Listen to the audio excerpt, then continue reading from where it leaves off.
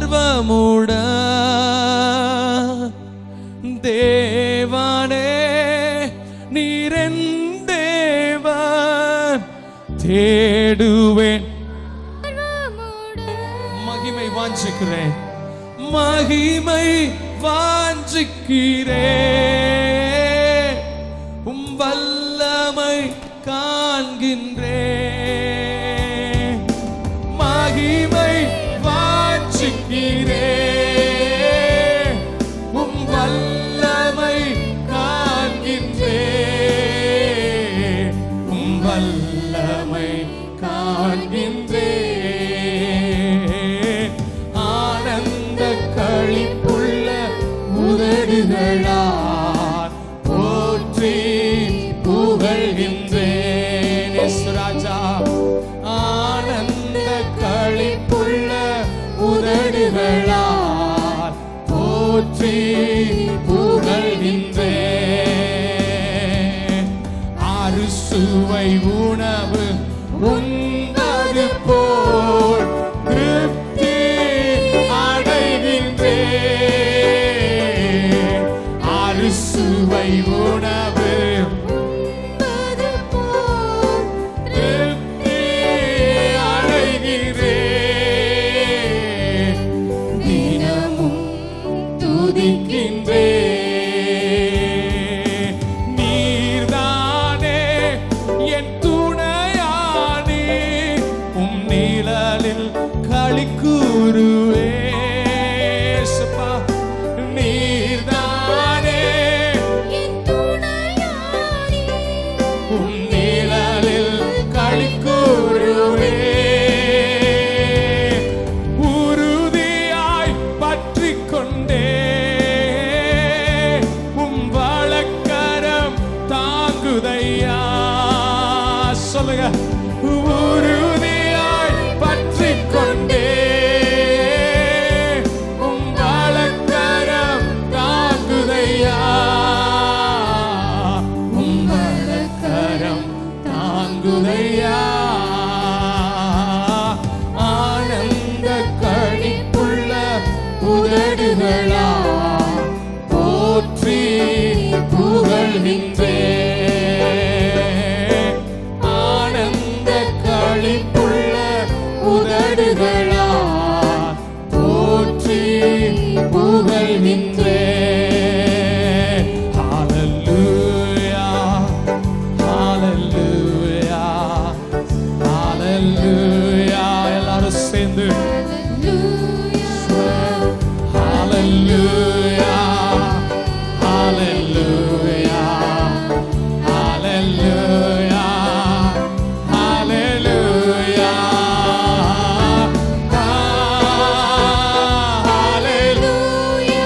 Praise the Lord Jesus. Hallelujah. Oh, glory Jesus.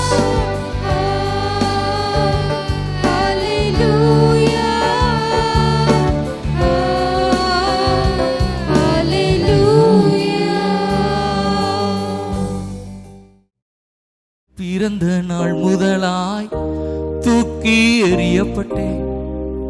பிறந்த நாள் முதலாய் தூக்கி எறியப்பட்டேன். ஒரு கண்ணும் என் மேலே இரக்கமாய் இருந்ததில்லை. ஒரு கண்ணும் என் மேலே இரக்கமாய் இருந்ததில்லை. பிழைத்திரு என்று என்னை தூக்கி நீரே உம் மகனாகவே. என்ன சொல்றாரு? உனக்கு ஒரு புது வாழ்க்கை தாரான்னு மட்டும் சொல்லல, ஒரு புது வாழ்க்கை தந்து இன்னையிலிருந்து நீதான் என் மகன். ஹல்லேலூயா. நீதான் என் செல்ல பிள்ளை, நான் உன்னை உள்ளங்கையில வைத்திருக்கிறேன். நல்ல கைகளை தட்டி சொல்லுங்க.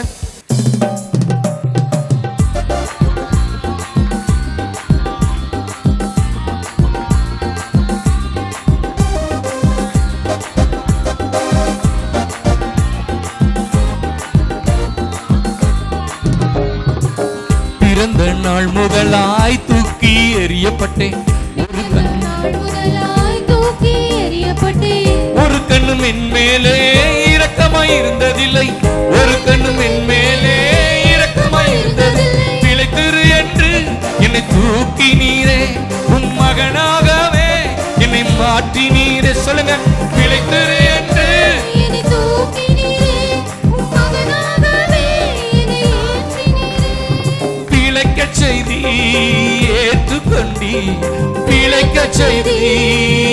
ஏற்றுக்கொண்டீ. எங்கள் ஆராதனை உமக்கே ஐயா, எங்கள் ஆராதனை உமக்கே ஐயா, எங்கள் ஆராதனை. நல்ல கைத்தட்டி சொல்லுங்க. எங்கள் ஆராதனை உமக்கே ஐயா, துதி பலியை செலுத்த வந்தோம் ஏசையா, உம்மை ஆராதிக்க கூடி வந்தோம் ஏசையா. துதி பலியை செலுத்த வந்தோம் ஏசையா, உம்மை ஆராதிக்க கூடி வந்தோம் ஏசையா.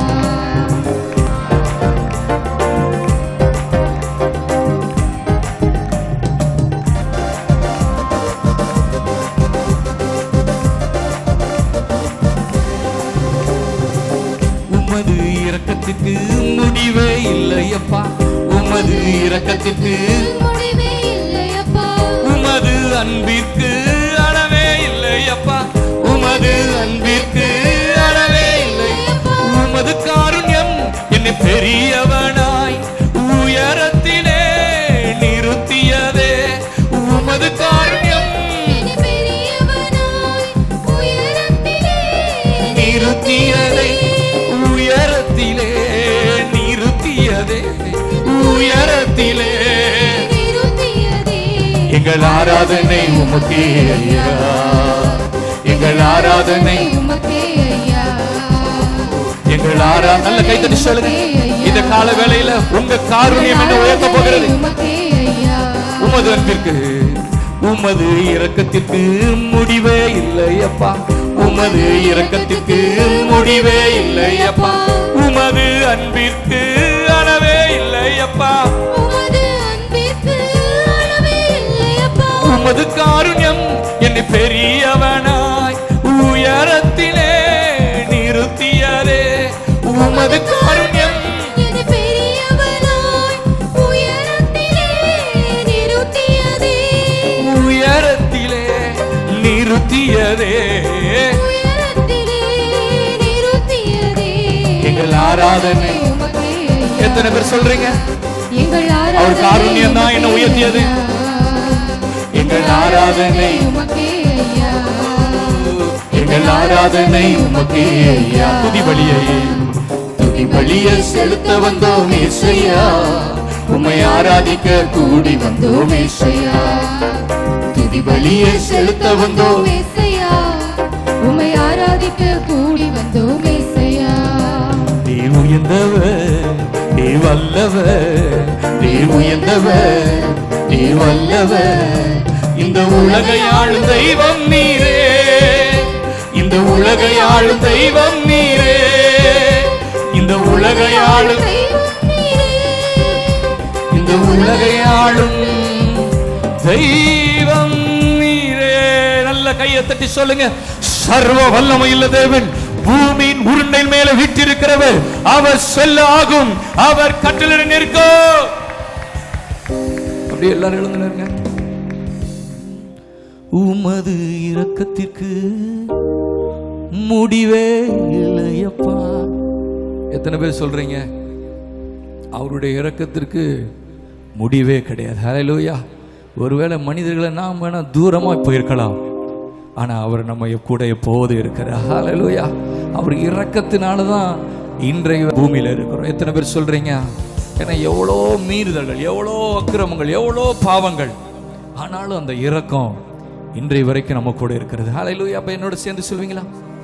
உமது இரக்கத்திற்கு முடிவே இல்லை அப்பா, உமது இரக்கத்துக்கு முடிவே இல்லையப்பா, உமது அன்பிற்கு அளவே இல்லை அப்பா, உமது அன்பிற்கு அளவே இல்லையப்பா, உமது காருண்யம் என்னை பெரியவனா உயரத்திலே நிறுத்தியதே, உமது காருண்யம் என்னை பெரியவனாய் உயரத்திலே நிறுத்தியதே, உயரத்திலே நிறுத்தியதே, உயரத்திலே நிறுத்தியதே.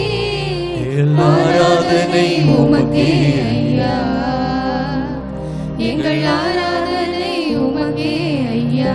ஹல்லேலூயா, ஹல்லேலூயா.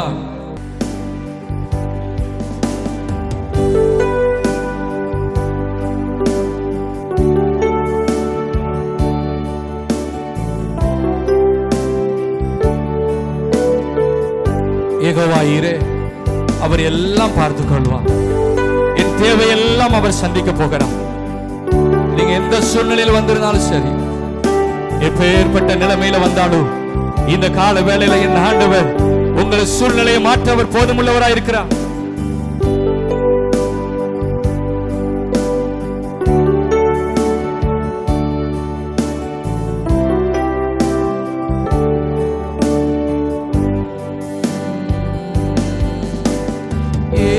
யெகோவாயிரே, எனக்கெல்லாம் நீரே, என் தேவை எல்லாம் சந்திப்பீ. யெகோவாயிரே, எனக்கெல்லாம் நீரே, என் தேவை எல்லாம் சந்திப்பீ.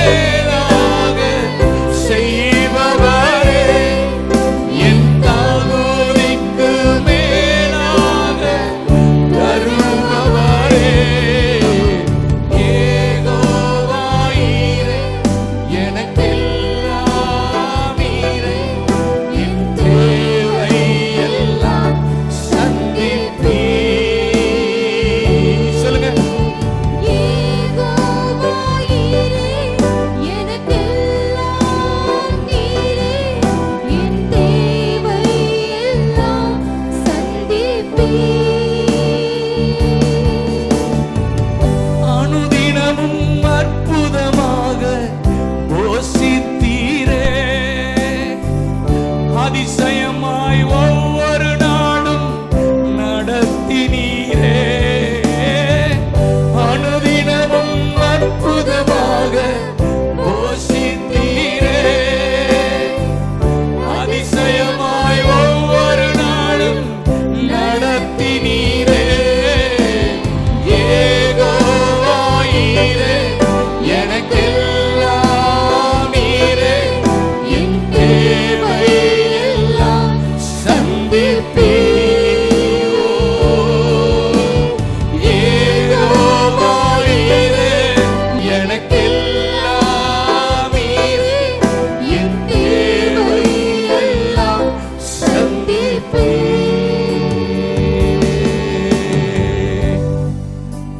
தேவையெல்லாம் சந்திப்பீ. யெகோவாயிரே, கர்த்தருடைய பர்வதத்தில் வைத்துக் கொள்ளாயிற்று. இனி அவர் எல்லாம் பார்த்துக் கொள்வா. இந்த கால ஆராதனையில ஒரு வியாதியோடு, ஒரு பலவீனத்தோடு, ஒரு போராட்டத்தோடு, ஒரு துக்கத்தோடு வந்திருப்பீங்களா? இந்த கால ஆராதனை நிச்சயமாய் உங்களுக்கு ஒரு விடுதலை அளிக்கிற ஆராதனமாய் என் ஆண்டவர் மாற்றி தருவாராக.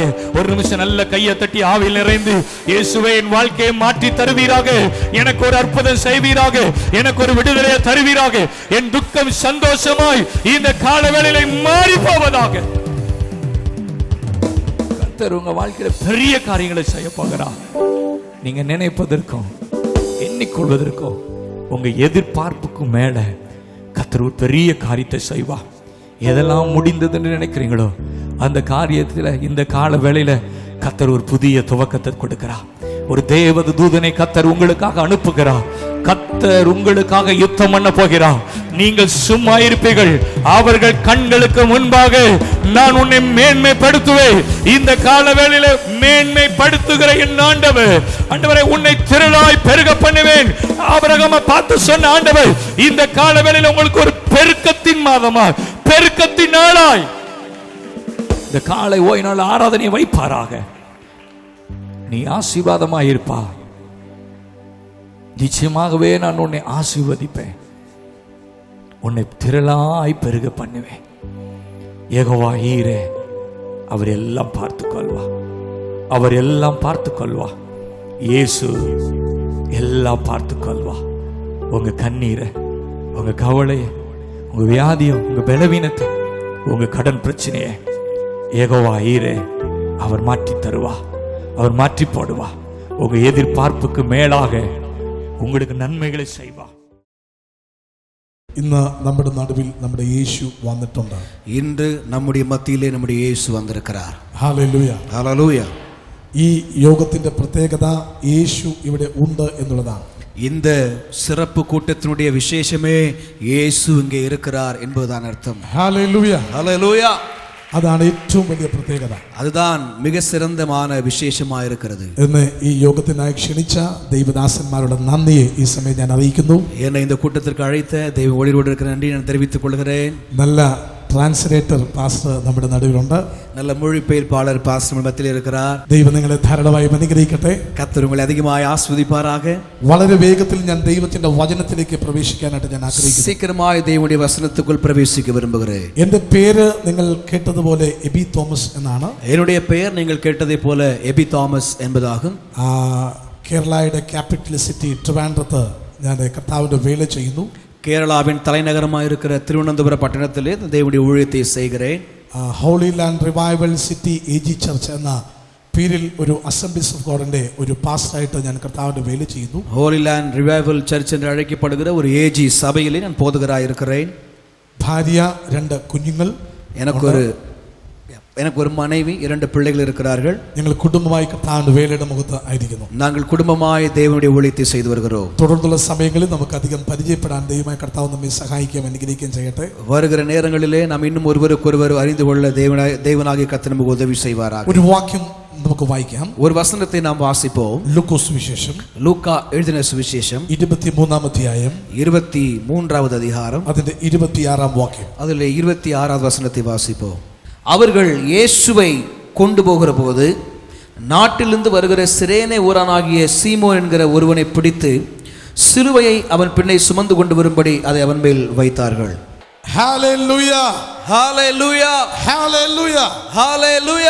ഇന്ന് രാത്രി പരിശുദ്ധാത്മാവി വചനത്തിലൂടെ നമ്മോട് സംസാരിക്കാൻ പോകുകയാണ്. இந்த இரவிலே பரிசுத்த ஆவியானவர் இந்த வசனத்தின் மூலமாய் நம்மோடு பேச போகிறார். എന്നെ മറന്നാലും ഈ വചനം നിങ്ങൾ മറക്കരുത്. என்னை நீங்கள் மறந்து போனாலும் இந்த வசனத்தை மறந்து போகாதீர்கள். ഹല്ലേലൂയ, ஹல்லேலூய.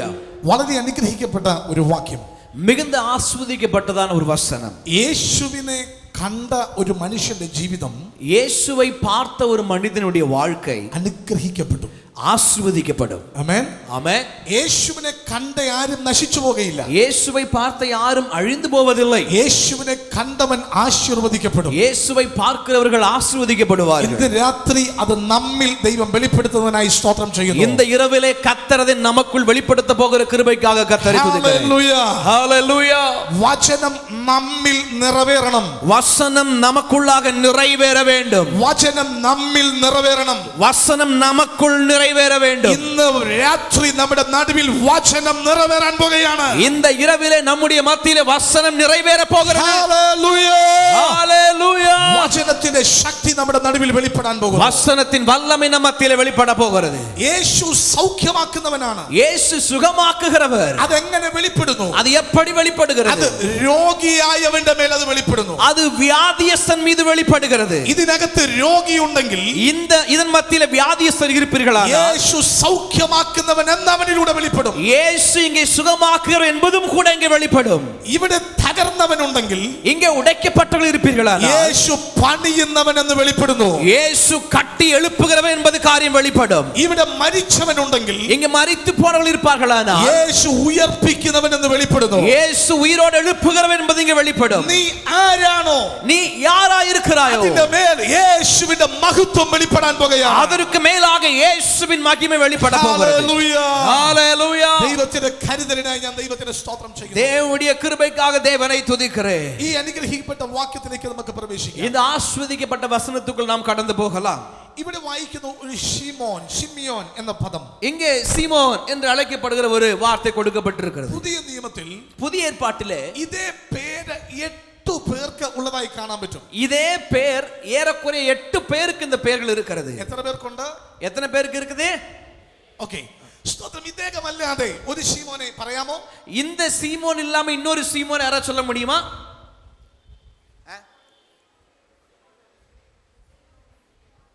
பேதுரு. ഓക്കേ.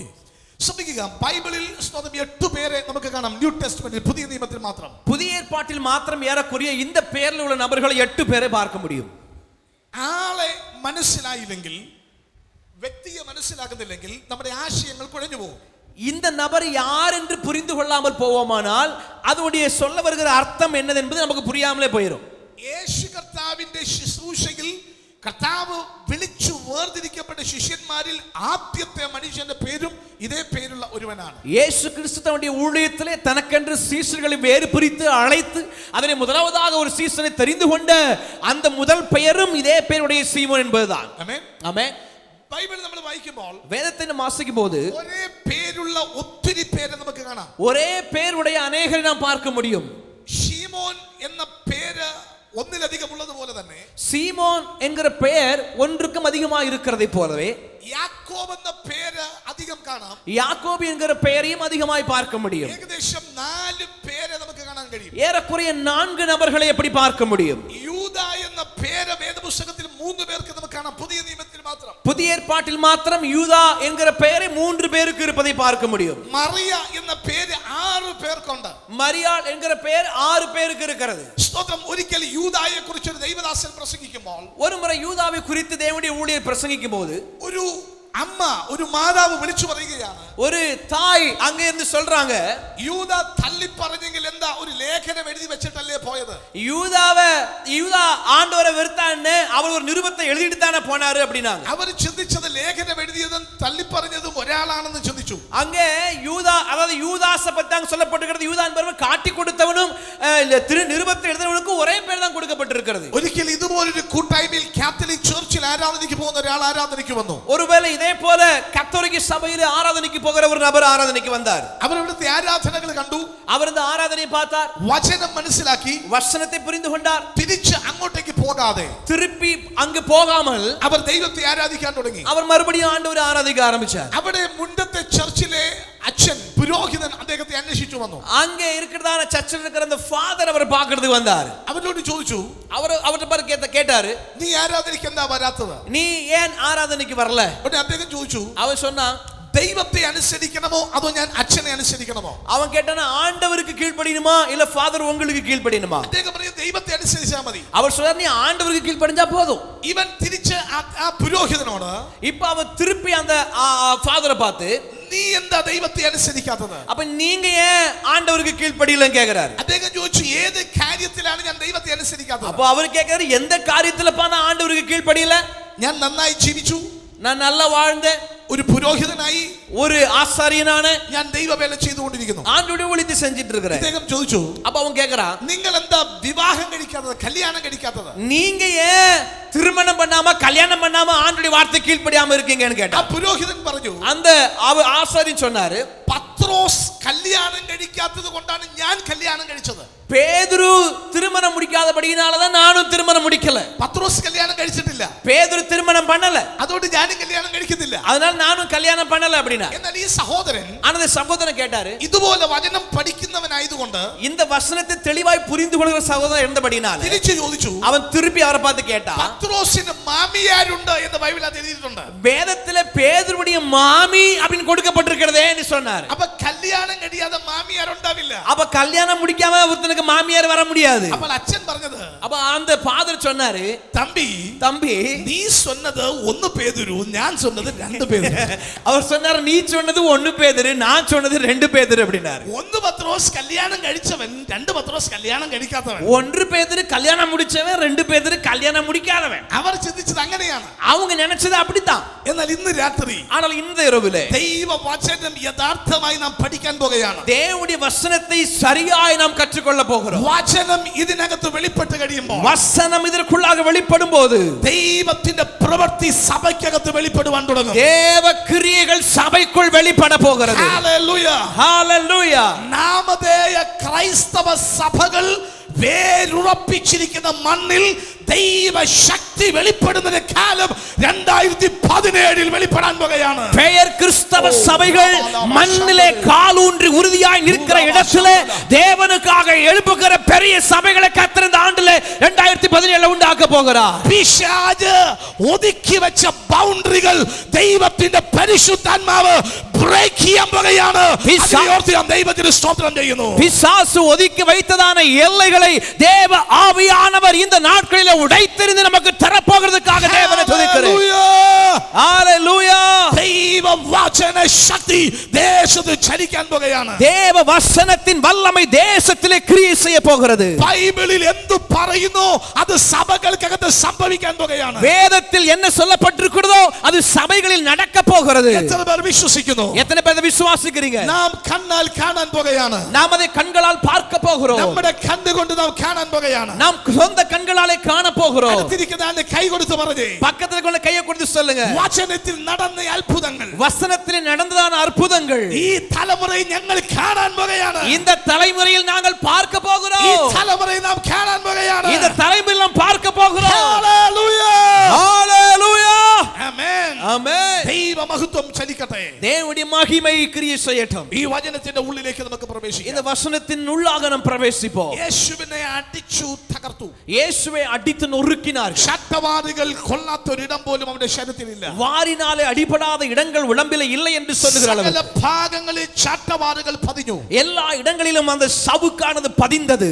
ചാട്ട കൊണ്ടടിക്കുമ്പോൾ அந்த சவுக்கை கொண்டு அடிக்கிற பொழுது അതിന്റെ മുൾക്കൊളുത്തുകൾ ശരീരത്തിലേക്ക് ആഴ്ന്നുറങ്ങുന്നു. அந்த அந்த அந்த சாட்டை இருக்கிறதான முள் ஆணிகள் சரீரத்தை பற்றி பிடிக்கிறது. പിടിച്ചു വലിക്കുമ്പോൾ அந்த சாட்டையை திருப்பி இழுக்கிற பொழுது മാംസം കൂടെ ഇളകി அந்த சவுக்கை இழுக்கும் பொழுது சரீர மாம்சம் பிய்த்து கொண்டு வருகிறது. യേശുവിന്റെ ശരീരം തകർക്കപ്പെടുന്നു. இயேசுவின் சரீரம் அப்படி அங்கே பிக்கப்படுகிறது. ബൈബിളിൽ ഇങ്ങനെ വായിക്കുന്നു, வேதத்தில் இப்படி வாசிக்கிறோம், അവന്റെ അസ്ഥികൾ മുഴുവനും എണ്ണാം. அவருடைய எலும்புகளை நாம் எண்ணலாம். ആ തരത്തിൽ തകർക്കപ്പെട്ടു. அந்த நிலையில் உடைக்கப்பட்டார். ശരീരത്തിൽ നിന്ന് രക്തം ധാരധാരയായി പുറത്തേക്ക് വരുന്നു. சரீரத்தில் இருக்கிற இரத்தமானது தாரை தாரையாய் ஒழுகிறது. സ്തോത്രം. അവന്റെ ശരീരത്തിലെ സകല ഭാഗങ്ങളും ഉടയ്ക്കപ്പെട്ടു. சரீரத்தின் அத்தனை பாகங்களும் உடைக்கப்பட்டது. ഒന്ന് നിൽക്കുവാൻ പോലും കഴിയുന്നില്ല. நிற்க கூட முடியவில்லை. അന്നത്തെ ചരിത്രകാരനാകുന്ന ജോസിഫസ് പറയുന്നത്, அன்றைய சரித்திரதாரனாயிருந்த ஜோசபஸ் இப்படி சொல்லுகிறார், യേശുവിന്റെ കാലിലെ എല്ലുകൾ വരെ കാണാമായിരുന്നു. இயேசுவின் கால்களில் இருந்த எலும்புகளை கூட பார்க்க முடியுமாயிருந்தது. തരത്തിൽ തകർക്കപ്പെട്ടു. அந்த நிலையில் அவர் உடைக்கப்பட்டார். ആ തരത്തിൽ തകർത്തു കളഞ്ഞു. அந்த இடத்தில் உடைக்கப்பட்டார் அவர். യേശു വഴിക്ക് വെച്ച് മരിച്ചു പോകുമെന്ന് തോന്നി. இயேசு அவர் சிலுவைக்கு போக முன்பே செத்து போவார் என்று நினைத்தார்கள். യേശുവിന്റെ ചുമലിൽ ഒരു വലിയ ക്രൂശ് ഇരിപ്പുണ്ട്. இயேசுவின் தோளிலே பெரிய சிலுவை ஒன்று இருக்கிறது. അത് ചുമക്കാനുള്ള പ്രാപ്തി യേശുവിനില്ല. அதை சுமக்கக்கூடிய திராணி இயேசுவுக்கு இல்லை. പക്ഷേ ஆனால் ഇവർ ഒരു വലിയ ക്രൂശ് യേശുവിന്റെ ചുമലിൽ വെച്ച് കൊടുത്തിട്ടുണ്ട്. இயேசுவின் தோளிலே பெரிய சிலுவை வைத்தபடியினாலே ഒരു പക്ഷേ അവൻ മരിച്ചു പോകുമെന്ന് ചിന്തിച്ചു ஒருவேளை இவர் செத்து போவாரோ என்று நினைத்து അവർ ഒരു മനുഷ്യനെ അന്വേഷിച്ചു. அவர்கள் வேறொரு மனிதனை தேடினார்கள். യഹൂദന്മാരെ പിടിച്ച് ക്രൂശ് ചുമപ്പിക്കാൻ പറ്റുകയില്ല. யூதர்களை பிடித்துக் கொண்டு வந்து சிலுவையை சுமக்க வைக்க முடியாது. യേശുവിനെ സഹായിപ്പാൻ ആരുമില്ല. இயேசுவுக்கு உதவி செய்வதற்கு யாரும் இல்லை. റോമാക്കാരെ നിർബന്ധിക്കാൻ കഴിയില്ല. ரோமர்களை கொண்டு செய்ய வைக்க முடியாது. അവർ നോക്കിയപ്പോൾ அவர்கள் பார்த்த பொழுது ഒരു മനുഷ്യനെ കണ്ടു. ஒரு மனிதனை பார்த்தார்கள். അവനെ കുറിച്ച് 3 കാര്യങ്ങളാണ് വേദപുസ്തകം പഠിപ്പിക്കുന്നത്. அவனை குறித்து 3 காரியங்கள் வேதம் சொல்லுகிறது. അവൻ ഒന്ന് കറുത്ത വർഗ്ഗത്തിൽപ്പെട്ടവനാണ്. அவன் ஒன்று கருப்பினத்தை சார்ந்தவன். 2 അവൻ ഒരു അടിമയാണ്. அவன் ஒரு அடிமையானவன். 3 വയലിൽ പണിയെടുക്കുന്ന ഒരുവനാണ്. 3வது வயலிலே வேலை செய்கிற விவசாயி. ഒന്ന് പറഞ്ഞേ, ഒന്നാമത്തെ പ്രത്യേകത சொல்லுங்க பார்க்கலாம். முதல்ல அவன் யாரு? கருப்பினத்தை சார்ந்தவன். சொல்லுங்க பார்க்கலாம். கருப்பர் இனத்தை சார்ந்தவன். ஒன்று ഉറക്കെ പറഞ്ഞേ, சத்தமா சொல்லுங்களேன். 2 അവൻ ഒരു അടിമയാണ്. 2வது அவன் ஒரு அடிமை. 3 വയലിൽ ജോലി ചെയ്യുന്ന ഒരുവൻ. வயலிலே வேலை செய்கிற ஒரு நபர். ഇവൻ യഹൂദനല്ല. இவன் யூதன் அல்ல. പക്ഷേ ഇവൻ ഒരു അടിമയാണ്. ஆனால் இவன் ஒரு அடிமை. അവനെ പിടിച്ചു. அவனை பிடித்தார்கள். നിർബന്ധിച്ചു. அவனை கட்டாயப்படுத்தினார்கள். ബൈബിൾ ഇങ്ങനെ വായിക്കുന്നു, வேதத்தில் இப்படி வாசிக்கிறோம். അവനെ നിർബന്ധിച്ചു. அவர்கள் அவனை கட்டாயப்படுத்தினார்கள். അവൻ ക്രൂശ് ചുമക്കാൻ വേണ്ടി വന്നു. அவன் சிலுவை சுமக்கும்படிக்கு வந்தான். ശീമോനേ, சீமோனே, ഈ ദിവസം അനുഗ്രഹമാണോ? இந்த நாட்கள் ஆசீர்வதிக்கப்பட்டதோ? അവൻ പറയും അല്ല. அவன் சொல்லுவான் இல்ல, എനിക്ക് ജോലി പലതുമുണ്ട്, எனக்கு வேலை செய்ய வேண்டிய வேலைகள் இருக்கிறது. പക്ഷേ അതിനെന്നെ സമ്മതിക്കാതെ, ஆனால் அந்த வேலை செய்ய விடாதபடிக்கு എന്നെ നിർബന്ധിക്കുന്നു, என்னை இவர்கள் கட்டாயப்படுத்துகிறார்கள். എനിക്ക് എതിർക്കാൻ കഴിയില്ല.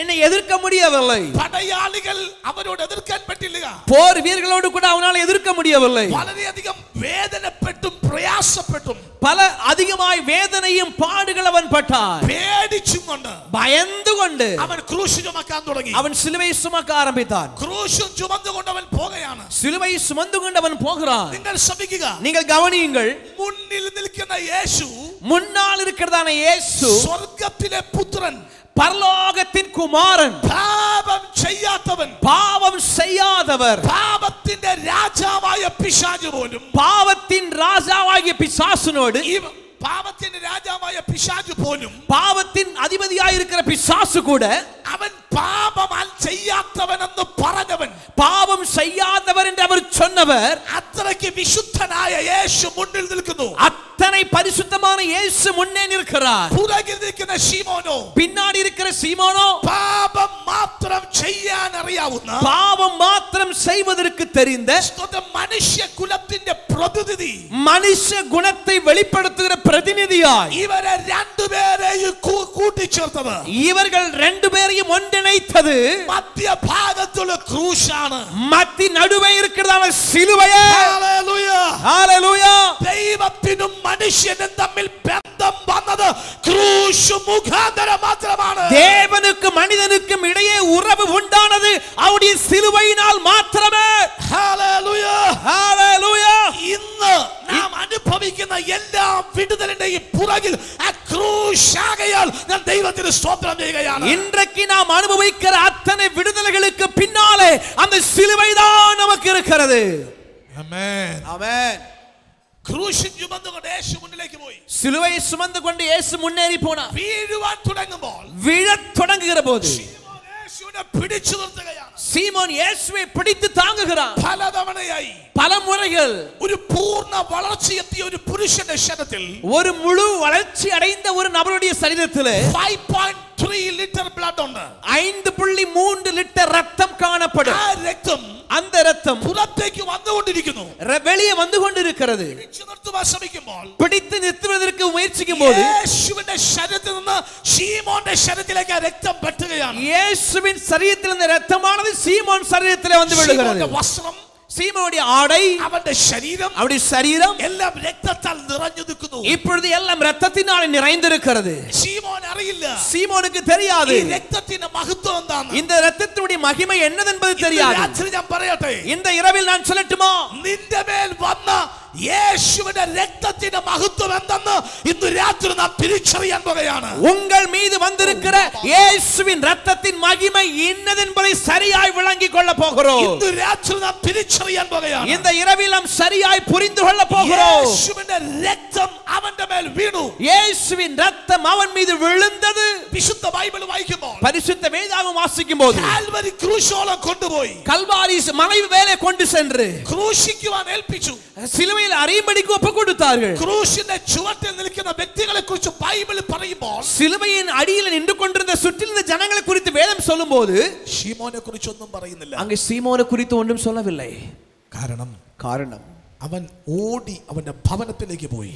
அவன் வேகமாய் ஓடி தன் வீட்டிற்கு சென்று விட்டான். അവന്റെ ഭാര്യയും രണ്ട് മക്കളും അവനുണ്ട്. அவனுக்கு மனைவியும் 2 பிள்ளைகளும் இருந்தார்கள். അവരുടെ അടുക്കലേക്ക് അവൻ ഓടിച്ചെന്നു. அவர்கள் மத்தியில் இவன் ஓடி போனான்.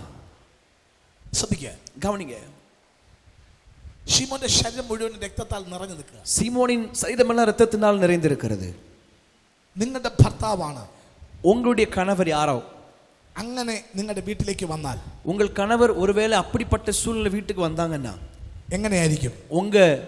உங்களுடைய உணர்வு எப்படி இருக்கும்?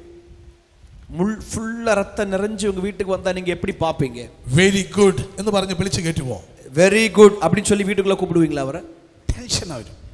அப்படியே அதிர்ச்சியில உறைஞ்சு போயிருவோம். ആമേൻ. ஆமென். ലോകത്തിൽ ഏറ്റവും കൂടുതൽ ടെൻഷനുള്ള സ്ത്രീകൾ താമസിക്കുന്നത് ഇന്ത്യയിൽ എന്നാണ് US പത്രം റിപ്പോർട്ട് ചെയ്യുന്നത്. உலகத்துல ரொம்ப அதிர்ச்சியாகிற டென்ஷன் உள்ள பெண்கள் வாழ்கிற நாடு எது அப்படின்னா அது இந்தியா தான் சொல்லி அமெரிக்கால ஒரு பத்திரிகை ஆய்வு நடத்திருக்குது. அவர் எதுவுமே சொல்லல பாஸ்டர். அவர் இந்தியாவில் ஆட்களை அல்ல. ஆமென். ஆமென். ശ്രദ്ധിക്കുക. ഭയങ്കര ടെൻഷനാണ്. அவங்களுக்கு பயங்கரமான அதிர்ச்சி. കന്യാകുമാരിയിൽ വെള്ളം കയറിയെന്ന് കേട്ടാൽ ഇവിടത്തെ നമ്മൾ മുണ്ടുവൊക്കെ നനയാതിരിക്കാൻ. கன்னியாகுமரியில கடல் மேல எழும்பிட்டு அப்படின்னு சொன்னா நம்ம இங்க இருந்தே நம்முடைய முட்டுக்கு மேல துணியை தூக்க ஆரம்பிச்சிருவோம். ഭയങ്കര ടെൻഷനാണ്. அவ்வளோ நமக்கு படபடப்பு வந்துரும் பாருங்க. ഇന്ന് രാത്രി ഞാൻ പറയട്ടെ, இந்த வேளையில சொல்லுகிறேன் உங்களை பார்த்து. சீமோന്റെ ഭാര്യ ചോദിച്ചു കാണും. ஒருவேளை சீமோன் மனைவி இப்படி கேட்டிருக்கலாம், എന്തു പറ്റി? என்ன ஆச்சு? சீமோன் പുരുഷനായതുകൊണ്ട് சீமோன் ஒரு ஆனபடியினாலே കുറച്ചു മാത്രമേ സംസാരിക്കൂ. கொஞ்சம் தான் பேசியிருப்பான். ആമേൻ. ஆமென். കാരണം എന്തെന്നറിയാമോ? காரணம் என்ன தெரியுமா? പുരുഷന്മാരെ സംബന്ധിച്ച് ஆண்களை பொறுத்தவரையில കുറച്ച് സംസാരിക്കും, கொஞ்சம் தான் பேசுவாங்க. സഹോദരിമാരെ സംബന്ധിച്ച് ஆனா பெண்களை பொறுத்தவரையில നിങ്ങൾ വളരെ ഹാപ്പിയാണ്. ரொம்ப சந்தோஷம் சொல்லும் போதே. ആമേൻ. ஆமென். ദൈവം അങ്ങനെയാണ് സൃഷ്ടിച്ചിരിക്കുന്നത്. ஆண்டவர் அப்படித்தான் படைச்சிருக்கிறாரு. പുരുഷന്മാർക്ക് ஆண்களுக்கு 24 മണിക്കൂറിൽ 24 மணி நேரத்துல 7000 വേർഡ്സേ സംസാരിക്കാൻ പറ്റൂ. 7000 வார்த்தை தான் பேச முடியும். എത്ര പറയാൻ പറ്റും? எவ்வளவு சொல்ல முடியும்? எத்தனை வார்த்தை பேச முடியும்? only 7000. only 7000 மட்டும் தான். എന്നാൽ ஆனா നമ്മുടെ സഹോദരിമാർക്ക് நம்முடைய பெண்களுக்கு 24 ഹവേഴ്സിനുള്ളിൽ 24 மணி நேரத்துல 20,000 வேர்ட்ஸ் സംസാരിക്കാൻ പറ്റും. 20,000 வார்த்தை பேச முடியுமா? நல்லா கை தட்டிக்கோங்களேன் உங்களுக்காக நீங்களே. ആമേൻ. ஆமென். ഏറ്റവും കൂടുതൽ സംസാരിക്കുന്ന നമ്മുടെ സഹോദരിമാരാണ്. ரொம்ப அதிகமா பேசுறது நம்ம பெண்கள் தான். ആമേൻ. ஆமென். ഒരു കാര്യത്തെ ചൊല്ലി, ஒரு காரியத்தை சொல்லி ഒരു പുരുഷനോട് ചോദിച്ചാൽ ஒரு ஆண் இடத்துல கேட்டோம்னா അവർ പറയുന്ന മറുപടി അല്ല ഒരു സ്ത്രീ പറയുന്നത്. அவங்க சொல்ற பதில் அல்ல பெண்கள் சொல்வது. ഒരു കല്യാണത്തിന് പോയാൽ, ஒரு கல்யாணத்துக்கு போனாங்கன்னா സ്തോത്രം, ഭർത്താവിനോട് ചോദിക്കുന്നു, கணவர்கிட்ட கேக்குறாங்க എങ്ങനെ ഉണ്ടായിരുന്നു മാരേജ്, கல்யாணம் எப்படி இருந்துச்சு அப்படின்னு கணவர்கிட்ட கேட்டா നല്ലായിരുന്നു, கணவர் சொல்ல நல்லா இருந்துச்சு, அது மட்டும் பேசும். அவ்வளவுதான் அவங்க சொல்லுவாங்க. ஆனா ஒரு ஸ்திரீயோடு ചോദിച്ചാൽ, ஆனா ஒரு பெண்களிடத்துல கல்யாணத்தை பத்தி கேட்டா, இந்த பாஸ்டர் அந்த மேரேஜ் என்ன, இந்த லைஃப்ல இந்த மாதிரி மேரேஜ் பார்க்கவே இல்லை. கல்யாணம் எப்படி இருக்குன்னு ஒரு வார்த்தை கேட்டா போதும், ஐயோ பாஸ்டர் அதை ஏன் கேக்குறீங்க, என் வாழ்க்கையில் இப்படி ஒரு கல்யாணத்தை நான் பார்க்கவே இல்லை. ആമേൻ. 2 മണിക്കൂർ കൊണ്ട് കല്യാണം തീർന്നു. கல்யாணம் 2 மணி நேரத்துல முடிஞ்சிடுச்சு. പക്ഷെ സഹോദരിമാർ എക്സ്പ്ലെയിൻ ചെയ്യാൻ 4.5 മണിക്കൂർ വേണം. ஆனா அந்த கல்யாணத்தை பத்தி விளக்குறதுக்கு சகோதரிகளுக்கு 4.5 மணி நேரம் ஆகுது. ഹല്ലേലൂയ. ஹல்லேலூயா. ശ്രദ്ധിക്കുക, கவனிங்க, പുരുഷന്മാർ കുറച്ച് സംസാരിക്കും, ஆண்கள் கொஞ்சம் தான் பேசுறாங்க. ഇന്നത്തെ മീറ്റിംഗ് കഴിഞ്ഞിട്ട് இந்த மீட்டிங் முடிஞ்சதுக்கு அப்புறம் വീട്ടിൽ ചെന്നാൽ வீட்டுக்கு போயிட்டு ഭാര്യ പറയും, மனைவி சொல்லுவாங்க, എങ്ങനെ ഉണ്ടായിരുന്നു മീറ്റിംഗ്, கூட்டம் எப்படி இருந்துச்சு. ഭർത്താക്കന്മാർ ആരാധനയും പ്രാർത്ഥനയും കഴിഞ്ഞപ്പോൾ ஆண்கள் ஆராதனை ஜெபம் முடிஞ்சதுக்கு அப்புறம் 7000 വാർത്തയും തീർന്നു. இது முடிஞ்சு போகும்போது அவங்களுக்கு 7000 வார்த்தை அங்க முடிஞ்சிரும். നിങ്ങളുടെ കയ്യിൽ 0. எங்க ஆண்கள் கையில 0 வார்த்தை தான் இருக்கு. സഹോദരിമാർ, ஆனா பெண்கள் രാവിലെയും രാത്രിയും കൂടിയായി காலையிலயும் ராத்திரியும் சேர்த்து ഒരു 14,000 തീർന്നു. ஒரு 14,000 வார்த்தைகள் முடிஞ்சிட்டு ഇവരുടെ കയ്യിൽ 6,000 ബാലൻസ് ഉണ്ട്. இனி 6,000 வார்த்தை உங்களுக்கு மீதி இருக்குது. പുരുഷന്മാരുടെ കയ്യിൽ 0. இப்ப ஆண்கள் கையில 0. ഭാര്യ ചോദിക്കും, மனைவி கேட்பாங்க, മീറ്റിംഗ് എപ്പടി ഇരുന്നു, மீட்டிங் எப்படி இருந்துச்சு. പുരുഷൻ പറയും, ஆண்கள் சொல்லுவாங்க, கொஞ்சம் பரவாயில்ல. கொஞ்சம் பரவாயில்ல. വീണ്ടും സഹോദരി ചോദിക്കും, வீட்ல பெண்கள் கேட்பாங்க, നാളത്തെ ആരാധന, நாளைக்கு ஆராதனை എപ്പോ പോണം, எப்ப போனோம். அதுக்கும் പുരുഷൻ തികച്ചു മറുപടി പറയില്ല. அதுக்கும் ஆண்கள் முழுசா பதில் சொல்ல மாட்டாங்க. പുരുഷന്മാര് സ്ത്രീകൾ എന്ത് ചോദിച്ചാലും, மனைவிகள் அது பெண்கள் என்ன கேட்டாலுமே പുരുഷന്മാർ கணவர்கள் ஓ ஓ இப்படி மட்டும் தான் பேசும். இப்படிதான் பேசுவாங்க. ഈ സൗണ്ട് കേൾക്കുമ്പോ, இந்த சத்தம் கேட்கும்போது നമ്മുടെ സഹോദരിമാർക്ക് അപ്പോഴാണ് ടെൻഷൻ ആകുന്നത്. நம்ம சகோதரிகளுக்கு அப்பதான் ஆத்திரமே வரும் பாத்துக்கங்க. ഇവർ മുറുമുറുപ്പ് ആരംഭിക്കും. அதுக்கு அப்புறம் தான் முறுமுறுப்பே தொடங்குவாங்க. അവരെങ്ങോട്ടാ പോകുന്നതെന്ന് അറിയാമോ? அவங்க எங்க போவாங்க தெரியுமா? കിച്ചണിലോട്ട് പോയി, കിച്ചனுக்கு നേരെ പോയി ഒരു പാത്രം എടുത്ത് താഴോട്ടിട്ട്, രണ്ടാമത്തെ പാത്രം എടുത്ത് മുകളിലോട്ടിട്ട്, മൂന്നാമത്തെ പാത്രം കയ്യിലോട്ട് എടുക്കും. ஒரு பாத்திரத்துக்கு கீழே போட்டு இன்னொரு பாத்திரத்துக்கு மேல போட்டு இன்னொரு பாத்திரத்தை கையில் எடுப்பாங்க. ഈ സമയത്ത് മുറുമുറുപ്പ്. இந்த சத்தம் தான் முறுமுறுக்கிற சத்தம். ഈ ശബ്ദം കേൾക്കുമ്പോ இந்த சத்தத்தை கேட்கும்போது സഹോദരന്മാർ ആത്മാവിലാകും. இந்த ஆண்கள்லாம் ஆவியில் நிறைய ஆரம்பிச்சிருவாங்க. അപ്പോഴാണ് കൈവപ്പ് ശുശ്രൂഷകൾ നടക്കുന്നത്. அப்படி ஆவியில் நிறைந்துதான் கை வைக்கிற ஊழியங்கள் நடைபெறும். பிரதர்ஸ், சகோதரர்களே, அவர் எதுவுமே பண்ணக்கூடாது. அப்படி எல்லாம் நீங்க செய்யக்கூடாது. அவர் ஒரு பெரிய வேலை பண்ணிட்டே இருக்கு. நாம ஒரு வேலை செஞ்சு பெரிய வேலை செஞ்சிட்டு இருக்கிறோம். என்னது தெரியுமா? என்ன தெரியுமா? 6000 words முடிக்கிறதுக்கு வேலை பண்ணிட்டே இருக்கு. அவங்க 6000 வார்த்தை முடிக்கிறதுக்கான மீதி வேலையை அங்க செஞ்சிட்டு இருக்காங்க. அவர் என்ன சொன்னாலும் நீங்க கேட்கவே இல்ல. அவங்க என்ன சொன்னாலும் நீங்க கேட்கவே கேட்காதீங்க. அதனால தனியா பேசிட்டே இருக்கு. அவங்க அப்படி தன்னை போல தானாவே பேசிட்டு இருப்பாங்க. எப்போ 6000 words முடியுமோ, எப்போ அந்த 6000 வார்த்தை முடியுதோ அப்போ போய் கடந்து தூங்கும். அவன் போய் தானா தூங்க ஆரம்பிச்சிருவாங்க. நெக்ஸ்ட் டே, அடுத்த நாள் 20,000 words வாட்டு எழுதிக்கும். 20,000 வார்த்தையோட எழுந்து இருப்பாங்க. ஹalleluya, ஹalleluya. എനിക്ക് അമ്മയുണ്ട്, ഭാര്യയുണ്ട്, മോളുണ്ട്. எனக்கு அம்மா இருக்கிறாங்க, மனைவி இருக்கிறாங்க, மகள் இருக்கிறாள். അതുകൊണ്ട് നിങ്ങളുടെ വിരോധിയാണ് ഞാനത് ചിന്തിക്കുന്നത്. அதனால உங்களை பத்தி சொன்னதுனால என்ன எதிராளி போல பார்க்கப்படாது. ഒരു റിയൽ ഫാക്ട് ഞാൻ പറഞ്ഞു എന്ന് മാത്രം. நான் உண்மையை சொன்னேன் என்று நீங்கள் நினைத்துக் கொள்ளுங்கள். ആമേൻ, ஆமென். സഹോദരിമാർക്ക് ദൈവം തന്നിരിക്കുന്ന കഴിവ് നിങ്ങൾ നന്നായി ഉപയോഗിക്കുക. சகோதரிகளே, கர்த்தர் உங்களுக்கு கொடுத்திருக்கிற இந்த திறமையை நல்லா பயன்படுத்துங்க. നിങ്ങൾ കുറച്ച് സംസാരിക്കാൻ ശ്രമിക്കുക. நீங்க கொஞ்சம் பேசுறதுக்கு முயற்சி பண்ணுங்க. ആമേൻ, ஆமென். ഇനി ആ കഴിവ് ദൈവനാമ മഹത്വത്തിനായി ഉപയോഗിക്കുക. இனிமே மேலாக அந்த திறமையை கர்த்தருடைய நாம மகிமைக்காக பயன்படுத்துங்க. യേശു ഉയർത്തെഴുന്നേറ്റു എന്ന് இயேசு உயிர்த்தெழுந்தார் என்று ആദ്യം യേശു പറഞ്ഞത് முதல்ல இயேசு சொன்னது ഒരു സ്ത്രീയോടാണ്. ஒரு பெண்ணிடத்துல தான் சொன்னார். ആമേൻ, ஆமென். സ്തോത്രം. പത്രോസിനോടാണ് പറയുന്നത്. பேதுருகிட்ட சொல்லியிருந்தாரு, ഞാൻ ഉയർത്തെഴുന്നേറ്റു, நான் ഉയർത്തെഴുந்து வருவேன், ഉയർത്തെഴുന്നേറ്റു എന്ന് நான் உயிர்த்தெழுந்தேன் என்று എല്ലാവരോടും പറയാൻ പറഞ്ഞാൽ எல்லா இடத்துலயும் சொல்லும் போதே പത്രോസ് യാക്കോബിനോടും പറയും, യോഹന്നാനോടും പറയും, പിന്നെ മിണ്ടാതിരിക്കും. இவன் பேதுருட்ட ஆண்டவர் சொல்லியிருந்தாரு அப்படின்னா பேதுரு யாக்கோபிட்ட சொல்லியிருப்பான், யோவான்ட்ட சொல்லியிருப்பான், அப்புறம் அமைதியா இருந்திருப்பான். എന്നാൽ ഒരു സ്ത്രീയോട് പറഞ്ഞതുകൊണ്ട് ஆனால் ஒரு பெண்ணிடத்துல சொன்னபடினாலே ലോകം മുഴുവനും അറിഞ്ഞു. உலகம் எல்லாம் தெரிஞ்சிருச்சு எனக்கு. ആമേൻ, ஆமென். യേശുവിന് അറിയാം. இயேசுக்கு தெரியும். ലോകം മുഴുവനും അറിയാൻ உலகம் எல்லாம் அறியணும் அப்படின்னா പെണ്ണിന്റെ കയ്യിൽ കൊടുത്താൽ മതി. பெண்கள் கையில கொடுத்தா போதும். ആമേൻ. ആമേൻ. ഒരു സഹോദരിയെ വിളിച്ചിട്ട്, ஒரு சகோதரியை அழைத்து, സിസ്റ്റർ, சிஸ்டர், ഇത് വളരെ ഇമ്പോർട്ടന്റ് ആയിട്ടുള്ള ഒരു മാറ്റർ. இது ரொம்ப മുഖ്യமான ഒരു விஷயம். നിങ്ങളോട് മാത്രമാണ് ഇത് പറയുന്നത്. உங்ககிட்ட மட்டும்தான் நான் சொல்றேன். ഇത് ആരോടും சொல்லக்கூடாது. யாருக்கிட்டையும் சொல்லிராதீங்க. பாஸ்டர் உங்களுக்கு என்ன தெரியாத, ഞാൻ யாரோடுமே சொல்லல. என்ன பாஸ்டர், எங்களை பத்தி உங்களுக்கு, என்ன பத்தி உங்களுக்கு தெரியாதா, நான் யார்ட்டையும் சொல்ல மாட்டேன். നമ്മൾ വിചാരിക്കും ഓക്കെ ആയിരിക്കും. நம்ம நினைப்போம் பரவாயில்லடா சரிதான் அப்படின்னு. 5 മണിക്കൂർ കഴിയുന്നതിന് മുമ്പേ 5 மணி நேரம் தாண்டறதுக்கு முன்னாடி പഞ്ചായത്ത് മുഴുവനും അതറിയും. அந்த ஊரெல்லாம் பரவி இருக்கும் அது. ഇവർ അടുത്ത ആളെ കണ്ടിട്ട് പറയുന്നത്, இவங்க பக்கத்துல இருக்கிற ஆளை பார்த்து சொல்லுது, പാസ്റ്റർക്ക് എന്നെ വളരെ പിടിക്കും, അതുകൊണ്ട് എന്നോട് മാത്രമാണ് ഇത് പറഞ്ഞത്. பாஸ்டருக்கு என்ன ரொம்ப பிடிக்கும், அதனால என்கிட்ட மட்டும் அதை சொல்லி இருக்காரு. ആരോടും പറയരുത്. நீ யார்ட்டையும் சொல்லிராத. അവരും ഇത് തന്നെയാണ് പറയുന്നത്. அவங்களும் போய் அதான் சொல்லுவாங்க. പഞ്ചായത്ത് മുഴുവനും അറിയും. அப்புறம் எல்லாம் ஃபுல்லா ஊர் ஃபுல்லா தெரிஞ்சு போயிடும். ആമേൻ, ஆமென். നിങ്ങൾ നല്ലതിനു വേണ്ടി ഇത് ഉപയോഗിക്കുക. இந்த திறமையை நல்ல காரியங்களுக்காய் பயன்படுத்துங்கள். സ്തോത്രം. ശീമോനോട് ചോദിച്ചു കാണും. இங்க அந்த மனைவி சீமோனை பார்த்து கேட்டிருப்பாங்க, എന്ത് സംഭവിച്ചു? என்ன ஆச்சு? ഇദ്ദേഹം ഒറ്റ വാക്കിൽ മറുപടി പറഞ്ഞിട്ട്, இவர் ஒரே வார்த்தையில பதில் சொல்லிடுச்சு.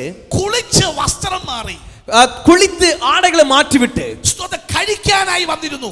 சாப்பிடுறதுக்காக வந்து உட்கார்ந்தாரு. യഹൂദന്മാർ 2 നേരമാണ് ഭക്ഷണം കഴിക്കുന്നത്. யூதர்கள் 2 நேரங்கள் தான் ஆகாரம் சாப்பிடுவாங்க. ആമേൻ, ஆமென். എത്ര സമയമാണ്? எத்தனை நேரம் சாப்பிடுவாங்க?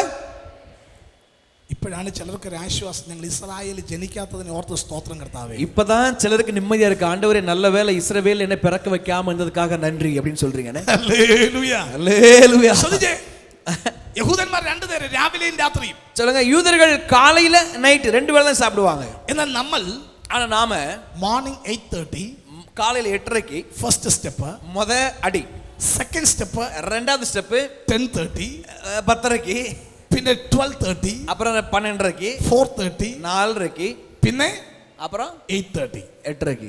രാത്രി 12:30ക്കും ராத்திரி 12:30க்கு കിച്ചണിൽ കിടന്ന് തപ്പുന്ന പ്രേതങ്ങളെ നമുക്ക് കാണാൻ പറ്റും. கிச்சன்ல போய் அங்க தடவி நிக்கிற சில பிணங்களை பார்க்க முடியும். ആമേൻ. ஆமென். പൊള്ളാച്ചിക്ക് അടുത്ത് ഞാനൊരു യോഗത്തിന് പോയി. பொள்ளாச்சியில ஒரு கூட்டத்துக்கு நான் போயிருந்தேன். അവിടുത്തെ പാസ്റ്റർ പറഞ്ഞു, அங்குள்ள பாஸ்டர் சொன்னாரு, സ്തോത്രം, ഇവിടെ അടുത്ത് എൻ്റെ ഒരു ബിലീവറുടെ വീട്ടിൽ പാസ്റ്റർക്ക് അക്കോമഡേഷൻ ശരിയായിട്ടുണ്ട്. இங்கே பக்கத்துல இருக்கிற எங்க விசுவாசி வீட்ல நாங்க தங்குவதற்கு ஏற்பாடு பண்ணிருக்கிறோம்.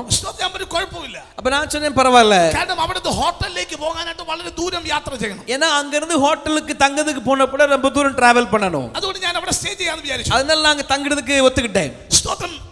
ആ വീട്ടിൽ അവിടുത്തെ ഒരു ബ്രദർ മാത്രമുണ്ട്. അദ്ദേഹത്തിന്റെ വൈഫ് ഡെലിവറിക്ക് വേണ്ടി പോയിരിക്കുന്നു. அந்த வீட்ல ஒரே ஒரு சகோதரர் மட்டும் தான் இருந்தாரு. அந்த சகோதரருடைய மனைவி பிரசவத்துக்காக போயிருந்தாங்க.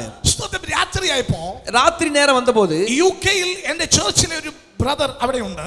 യുകെയിലെ எங்க சபையில் இருக்கிற சகோதரர் யுகேல லண்டன்ல இருக்கிறார். അദ്ദേഹം ഒരു ഡിസിഷൻ എടുക്കാനായിട്ട് എന്നെ വിളിക്കുമെന്ന് പറഞ്ഞു. அவர்கள் ஒரு தீர்மானம் எடுக்கிறதுக்காக எனக்கு கால் பண்ணேன்னு சொல்லியிருந்தாங்க. അവരുടെ ഡ്യൂട്ടി കഴിഞ്ഞ് വെളുപ്പിന് 2:30 മണിയായപ്പോ അവൻ എന്നെ വിളിച്ചു. அவருடைய வேலை நேரம் அங்க முடிஞ்சு அதிகாலை 2:30 மணி ஆன பொழுது எனக்கு அங்க இருந்து போன் பண்ணார். റൂമിനകത്തിരുന്ന് കാൾ അറ്റൻഡ് ചെയ്യുമ്പോഴത്തേന് സിഗ്നൽ കറക്റ്റാ കിട്ടാത്തത് കൊണ്ട് இந்த ரூம்ல உட்கார்ந்து கால் வரும்போது எனக்கு சிக்னல் சரியா கிடைக்காததுனால ഞാൻ എഴുന്നേറ്റ് ഡോർ തുറന്ന് പുറത്തേക്ക് ഇറങ്ങി. நான் அந்த ரூம்ல இருந்து வெளியில வந்து டோரை திறந்து வெளியில வந்தேன்.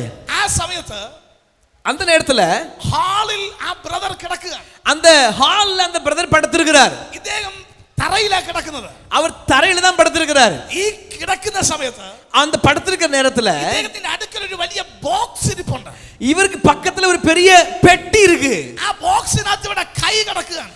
அந்த பெட்டிக்குள்ள இவருடைய கை கிடக்குது. അപ്പൊ ഞാൻ വിചാരിച്ചു, அப்ப நான் நினைச்சேன் രാത്രി കിടന്നപ്പോ ராத்திரி உறங்குன போது എങ്ങനെയോ കൈ ഇതിനകത്ത് വീണതായിരിക്കും. தெரியாம எப்படியோ கை வந்து பெட்டிக்குள்ள போயிருச்சு போல நினைச்சேன். പക്ഷേ ആ ബ്രദർ ലൈനിൽ ഇരിക്കുന്നത് കൊണ്ട് ஆனால் அந்த சகோதரர் எனக்கு அந்த போன்ல இருக்கிறதுனால എനിക്ക് ഒന്നും ചെയ്യാൻ പറ്റാതെ நான் ஒண்ணும் பேச முடியாம രണ്ടാമത്തെ ഡോർ തുറന്ന് ഞാൻ വീട്ടിന്റെ പുറത്തേക്ക് ഇറങ്ങി. இரண்டாவது டோரையும் திறந்து வீட்டுக்கு வெளியில வந்தேன். ഏറെക്കുറെ 20 മിനിറ്റ്സ് ഞാൻ സംസാരിച്ചു കാണും. ஏறக்குறைய 20 நிமிஷங்கள் நான் பேசியிருப்பேன். തിരിച്ചു വന്നു.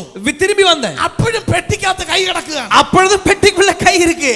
ആ സമയത്ത് அந்த நேரத்துல ഞാൻ അവന്റെ കൈ പിടിച്ച് മാറ്റാൻ നോക്കുമ്പോ நான் அவருடைய கையை வெளியில எடுத்து விடலாம்னு முயற்சி பண்ணபோது ഒരു ചിപ്സ് പാക്കറ്റ് പിടിച്ചോണ്ട് കൈ പൊങ്ങി വരിക. கையை தூக்கும் போது சிப்ஸ் பாக்கெட் சேர்ந்தே வருது கை கூட. ആമേൻ.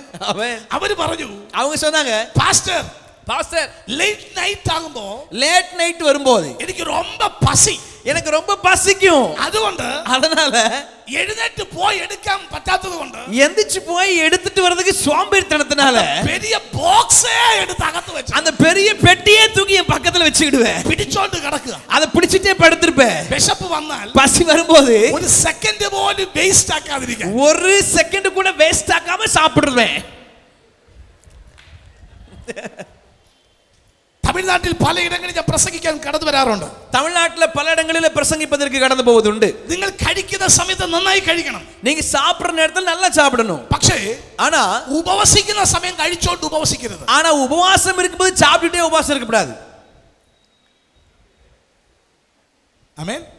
ഊട്ടിയിൽ ഒരു മീറ്റിംഗിന് ചെന്നപ്പോ ஊட்டில ஒரு மீட்டிங் போன பொழுது ഒരു ബാഗ് തുറന്നിട്ട് ஒரு பேக் திறந்து ഒരു ബ്രദർ ஒரு சகோதரர் നീളമുള്ള ക്യാരറ്റ് എടുക്കും, കടിക്കും, സജി വയ്ക്കും. നല്ല ആരാധന. அவர் பேக் திறந்து நீளமான ஒரு கேரட் எடுப்பாரு, ஒரு கடி கடிப்பாரு, கண்ண மூடி கை தட்டி ஆராதிப்பாரு, திரும்ப உள்ள வச்சுக்கிடுவாரு. 4 ലൈൻ പാടിയിട്ട് വീണ്ടും ക്യാരറ്റ് എടുക്കും, ഒരു കടി കടിക്കും, ബാക്കിൽ വെക്കും. 4 லைன் பாடுவாரு, மறுபடியும் கேரட் எடுத்து ஒரு கடி கடிச்சு உள்ள வச்சுக்கிடுவாரு. മീറ്റിംഗ് കഴിഞ്ഞപ്പോ மீட்டிங் முடிந்த போது ഞാൻ ചോദിച്ചു, എന്നാ ബ്രദർ? நான் கேட்ட சகோதரர் என்ன പാസ്റ്റർ ഫാസ്റ്റിംഗ് ആയതിനാൽ ரொம்ப പസി, അതുകൊണ്ട് ഇത് കടിച്ചിട്ട് ഫാസ്റ്റ് ചെയ്യാണ്. பாஸ்டர் ஃபாஸ்டிங் இருந்தனால ரொம்ப பசிச்சது பாஸ்டர், அதனால லேசா ஒரு கடி கடிச்சிட்டு பாஸ்டிங் இருந்தேன்னு. அதுக்கு பேரு ஃபாஸ்டிங் എന്നല്ല. அதுக்கு பேரு ஃபாஸ்டிங் எல்லாம் கிடையாது. ഇവിടെ വള്ളിയൂരിന് അടുക്കൽ ഞാൻ പ്രസംഗിക്കാൻ വരുമ്പോൾ, இங்கே வள்ளியூர் பக்கத்துல பிரசங்கம் பண்ண வந்தபோது പ്രസംഗമൊക്കെ കഴിഞ്ഞ് பிரசங்கம் முடிஞ்சு ഞാൻ ഇതുപോലെ ഇരിക്കുമ്പോൾ நான் இப்படி உட்கார்ந்துட்டு இருக்கும்போது ഒരു സിസ്റ്റർ ഒരു പ്ലേറ്റിൽ കുറച്ച് ഫ്രൂട്ട്സ് കട്ട് ചെയ്ത് എന്റെ മുമ്പിൽ കൊണ്ടുവന്നു. ஒரு சகோதரி ஒரு பிளேட்ல இந்த பழங்களை வெட்டி ஒரு தட்டுல கொண்டு வந்தாங்க. 2 പീസ് എടുത്ത് ഞാൻ കഴിച്ചു. ഞാൻ ഫാസ്റ്റിംഗ് അല്ല. 2 பீஸ் நான் எடுத்து சாப்பிட்டேன். ஏன்னா நான் ஃபாஸ்டிங் இருக்க, உபவாசம் இருக்கல. തൊട്ടടുത്തിരിക്കുന്ന ആളുടെ അടുക്കലേക്ക് പ്ലേറ്റ് കൊടുത്തു. அந்த பிளேட்டை பக்கத்துல இருக்கிற ஆள்கிட்ட கொடுத்தாங்க. അവര് പറഞ്ഞു, அவங்க சொன்னாங்க എനിക്ക് വേണ്ട, எனக்கு தேவையில்ல, ഞാൻ ഫാസ്റ്റിംഗ് ആണ്. நான் உபவாசம் இருக்கிறேன். അപ്പൊ ആ സിസ്റ്റർ ചോദിച്ചു, அந்த സഹോദരി கேட்டாங்க, ഇത് ജ്യൂസ് ആയിട്ട് കൊണ്ടുവരട്ടാ? இது அப்படியே ஜூஸ் போட்டு கொண்டு வரட்டுமா? പുള്ളി പറഞ്ഞു യെസ്.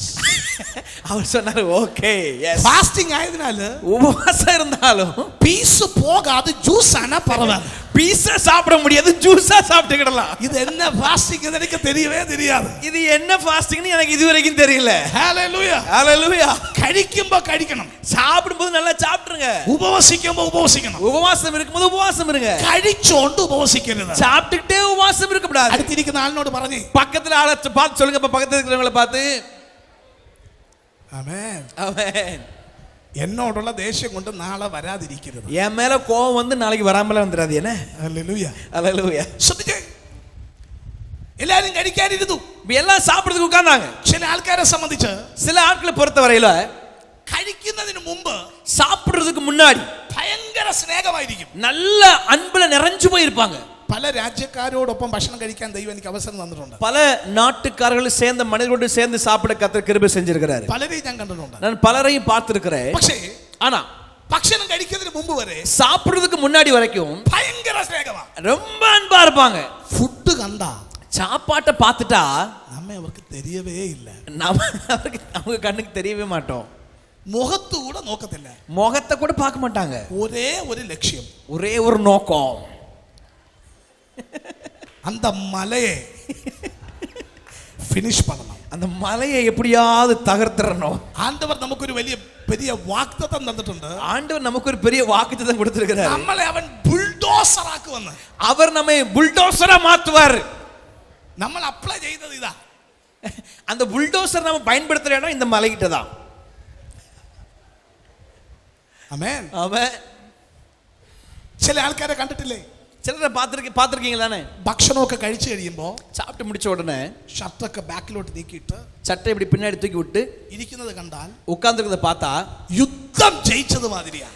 ஒரு பெரிய போர்ல போய் ஜெயிச்சிட்டு வந்த தோரணை ഭയങ്കര ഗമയിലിരിക്കുക, அப்படி உட்கார்ந்துருப்பாங்க சாப்பிட்டு முடிச்சு. ആമേൻ. ஆமென். ദൈവം നമ്മെ ജനിപ്പിച്ചപ്പോ ஆண்டவர் நம்மை உருவாக்கின போது ഇത്ര ലോഡ് അരി, இத்தனை நோடு அரிசி, വെജിറ്റബിൾസ്, காய்கறிகள், കാളകൾ, ஆடு എല്ലാം ദൈവം പ്രിപ്പയർ ചെയ്തിട്ടുണ്ട്. ஆண்டவர் நமக்கான எல்லாத்தையும் ஆயத்தப்படுத்தி வச்சிருக்கிறார். சிலர் ഇത് മുഴുവനും 40 വർഷം കൊണ്ട് തീർക്കും. ஆண்டவர் ஏற்படுத்தி வச்ச இந்த லிஸ்ட 40 வருஷத்துல தீர்த்துறது. തീർത്താൽ വേഗം പോകാം മേലോട്ട്. இது சீக்கிரம் தீர்த்துட்டு சீக்கிரம் மேல போயிடலாம் அப்படின்னு. ആമേൻ. ஆமென். എന്നാൽ ചിലരുണ്ട്, ஆனா சிலர் இருக்கிறாங்க 60 വയസ്സ് വരെ 60 வயசு வரைக்கும் അഡ്ജസ്റ്റ് ചെയ്ത് കഴിക്കും. அதை அட்ஜஸ்ட் பண்ணி சாப்பிடுவாங்க. നിങ്ങൾ കഴിക്കുന്ന നല്ലതാണ്, நீங்க சாப்பிடுறது நல்லது, വയറ് നിങ്ങളുടേതാണ്, வயிறு உங்களுக்குள்ளதான். നിങ്ങൾ ജീവിക്കാൻ വേണ്ടിയാണ് കഴിക്കുന്നത്, കഴിക്കാൻ വേണ്ടിയല്ല ജീവിക്കുന്നത്. நீங்கள் வாழ்வதற்காகத்தான் சாப்பிடுகிறீர்கள், சாப்பிடுவதற்காக வாழவில்லை. ആമേൻ. ஆமென். കർമ്മേലിൽ ഏലിയാവ് പ്രാർത്ഥിച്ചു. கர்மேல்ல எலியா ஜெபிச்சார். എങ്ങനെ? எப்படி? മുഴങ്കാലുകളുടെ ഇടയിൽ முழங்கால்கள் மத்தியிலே തല ഇറക്കി വെച്ചു. தலைய முழங்கால்ல வச்சு அவர் ஜெபிக்கிறார். നമുക്ക് പറ്റുമോ? இப்ப நம்மளால முடியுமா? முடியாது. കാലുകളുടെ ഇടയിൽ പാന ഇറങ്ങിയിരിക്കുകയാണ്. ஏன்னா ரெண்டு கால்களுக்கு மத்தியில பெரிய பானையை வச்சிருக்கிறோமே, அதனால தலை ஏறல, அதனால தலை கால்களுக்கு போக மாட்டேங்குது. ஆமென். ஆமென். இது போணும், இதெல்லாம் போகணும். അതുകൊണ്ടാണ് ஆகவேதான் ഗിദെയോനോട് ദൈവം പറഞ്ഞത്, கிதியோனோடு ஆண்டவர் சொன்னார், പാന ഉടയ്ക്കണം, പന്തം തെളിക്കണം. பானைய உடைக்கணும், தீப்பந்தத்தை தூக்கணும். അടുത്തിരിക്കുന്ന ആളോട് പറഞ്ഞേ, பக்கத்துல உள்ள காலை பார்த்து சொல்லுங்க, പാന ഉടയ്ക്കണം, പന്തം തെളിക്കണം. பானைய உடைக்கணும், தீவட்டியை தூக்கணும். சொல்லுங்க. ഹല്ലേലൂയ. ஹalleluya. കാരണം എന്ത്? காரணம் என்ன? ഇത് ഉണർവിന്റെ കാലമാണ്, இது எழுப்புதலின் நாட்கள். Praise the lord. ஆமென். അവർ ഒരുമിച്ചിരിക്കുമ്പോൾ அவங்க എல்லாம் ஒண்ணு சேர்ந்து இருக்கும்போது മക്കൾ ചോദിച്ചു, பிள்ளைகள் கேட்டாங்க, அப்பா அப்பா എന്താ സംഭവിച്ചത്? என்ன நடந்துச்சாங்க? ഭാര്യ ചോദിച്ചു, மனைவி கேட்கிறா, എന്താ സംഭവിച്ചത്? என்ன நடந்துச்சு? இன்று പുരുഷന്മാർക്ക്, ஆண்களுக்கு ഭാര്യമാരോട് സംസാരിക്കാൻ ഒന്നുമില്ല. மனைவி கிட்ட பேசுறதுக்கு ஒண்ணுமே கிடையாது. നിങ്ങൾ എന്റെ കൂടെ ഉണ്ടെന്ന വിശ്വാസത്തിലാണ് ഇനി ഞാൻ പ്രസംഗിക്കാൻ പോകുന്നത്. நீங்க எல்லாம் என் கூட சப்போர்ட்டுக்கு இருக்கீங்கற தைரியத்துல நான் பேச போறேன். ஆமென். ஆமென். ഭാര്യയ്ക്ക് സുഖമില്ലെങ്കിൽ ഭർത്താവ് അറിയില്ല, மனைவிக்கு உடம்பு சரியில்லை கூட கணவனுக்கு தெரிய மாட்டேங்குது. ആമേൻ. ஆமென். എന്നാൽ ഇന്ന് രാത്രി ഞാൻ പറയട്ടെ, ஆனால் இந்த இரவில் நான் சொல்றேன், നിങ്ങൾ ഏറ്റവും കൂടുതൽ സംസാരിക്കേണ്ടത് നിങ്ങളുടെ ഭാര്യമാരോടാണ്. நீங்கள் அதிகமாய் பேச வேண்டியது உங்கள் மனைவியிடத்து தான். സ്തോത്രം. ഇവർ തമ്മിൽ ചോദിക്കുമ്പോൾ, இப்ப இவங்களுக்குள்ள கேட்கும்போது சீமோன் சீமோன் കാര്യങ്ങൾ സംസാരിക്കാൻ തുടങ്ങി. இவன் பேச ஆரம்பிக்கிறான். പിന്നെ பிறகு മത്തായി മർക്കോസ് ലൂക്കോസ് യോഹന്നാൻ 4 സുവിശേഷങ്ങൾ വായിച്ചാൽ மத்தேயு மார்க்கு லூக்கா யோவான் 4 சுவிசேஷங்களை வாசித்தால் ഇവനെ കുറിച്ച് കാണാൻ പറ്റില്ല. இந்த சீமனை குறித்து பார்க்கவே முடியல. എന്റെ ചോദ്യം ഇതാണ്, என்னுடைய கேள்வி இதுதான், യേശുവിന്റെ ക്രൂശ് ചുമന്നതോടുകൂടി இயேசுவுடைய சிலுவையை சுமந்ததோடு கூட അവന്റെ ജീവിതം ചരിത്രം തീർന്നുപോയോ? அவனுடைய வாழ்க்கை சரித்திரம் முடிந்து போனதோ? യേശുവിന്റെ ക്രൂശ് ചുമക്കുന്നതോടുകൂടെ இயேசுவின் சிலுவையை சுமந்ததோடு கூட ഒരുത്തന്റെ ചരിത്രം തീരുകയല്ല, இந்த புத்தகத்தின் சரித்திரங்கள் முடிந்து விடவில்லை, അവന്റെ ചരിത്രം ആരംഭിക്കും. அவனுடைய சரித்திரம் ஆரம்பிக்கிறது. ഇന്ന് രാത്രി ഞാൻ വിളിച്ചു പറയട്ടെ, இந்த இரவிலே உங்களை பார்த்து சொல்கிறேன், ഇതിനകത്തിരുന്ന് ആരാധിക്കുന്ന ദൈവത്തിന്റെ പൈതലേ, இதற்கு மத்தியில் அமர்ந்து ஆராதிக்கிற தேவ பிள்ளையே, നീ യേശുവിനോടൊപ്പം സഞ്ചരിക്കാൻ തുടങ്ങിയതുകൊണ്ട്, நீ இயேசுவினோடு கூட உன் வாழ்க்கை பயணத்தை துவங்கி இருக்கிறபடியால் ചരിത്രം തീരുകയല്ല, உன்னுடைய வாழ்க்கை வரலாறு முடிவதல்ல, അത് ആരംഭിക്കാൻ പോകുകയാണ്. அது துவங்க போகிறது. ഇന്ന് രാത്രി പരിശുദ്ധാത്മാവ് എന്നോട് പറയുന്നു, இந்த இரவிலே பரிசுத்த ஆவியானவரோடு கூட சொல்லுகிறார், ഇതിനകത്ത് ചിലതിന്റെ ജീവിതം இங்க இருக்கிற சிலரின் வாழ்க்கை പിശാച് അടിവരയിട്ടിരിക്കുകയാണ്. பிசாசு அங்கே அடிக்கோடிட்டு நிறுத்தி இருக்கிறார். എന്നാൽ ஆனால் എന്റെ ദൈവമോ, என்னுடைய ஆண்டவரோ നെക്സ്റ്റ് ചാപ്റ്റർ ഇന്ന് രാത്രി അവൻ ഓപ്പൺ ചെയ്യാൻ പോകുകയാണ്. அடுத்த சாப்டரை கர்த்தர் உனக்காக திறக்கிறார். ഇന്ന് രാത്രി അടുത്ത ചാപ്റ്റർ ദൈവം തുറക്കാൻ പോകുകയാണ്. இந்த இரவிலே அடுத்த சாப்டரை கர்த்தர் உனக்காக திறக்க போகிறார். സേവിക്കുന്ന ദൈവം ജീവിക്കുന്ന ദൈവമാണ്. நான் ஆராதிக்கிற தேவன் உயிருள்ள தேவன். ഇതിനകത്ത് അത് നടക്കാൻ പോകുകയാണ്. இதற்குள்ளாக அது நடக்க போகிறது. വിശ്വസിക്കുന്നവർക്കായി സ്തോത്രം ചെയ്യുന്നു. விசுவாசிக்கிறவர்களாய் தேவனை துதிக்கிறேன். ഹല്ലേലൂയ. യേശുവിന്റെ ക്രൂശ് ചുമന്നതോടുകൂടി, இயேசுவின் சிலுவையை சுமந்ததோடு கூட ഒരുവന്റെ ചരിത്രം തീർന്നുപോയോ? ஒருவேளை வரலாறு முடிந்து போனதோ?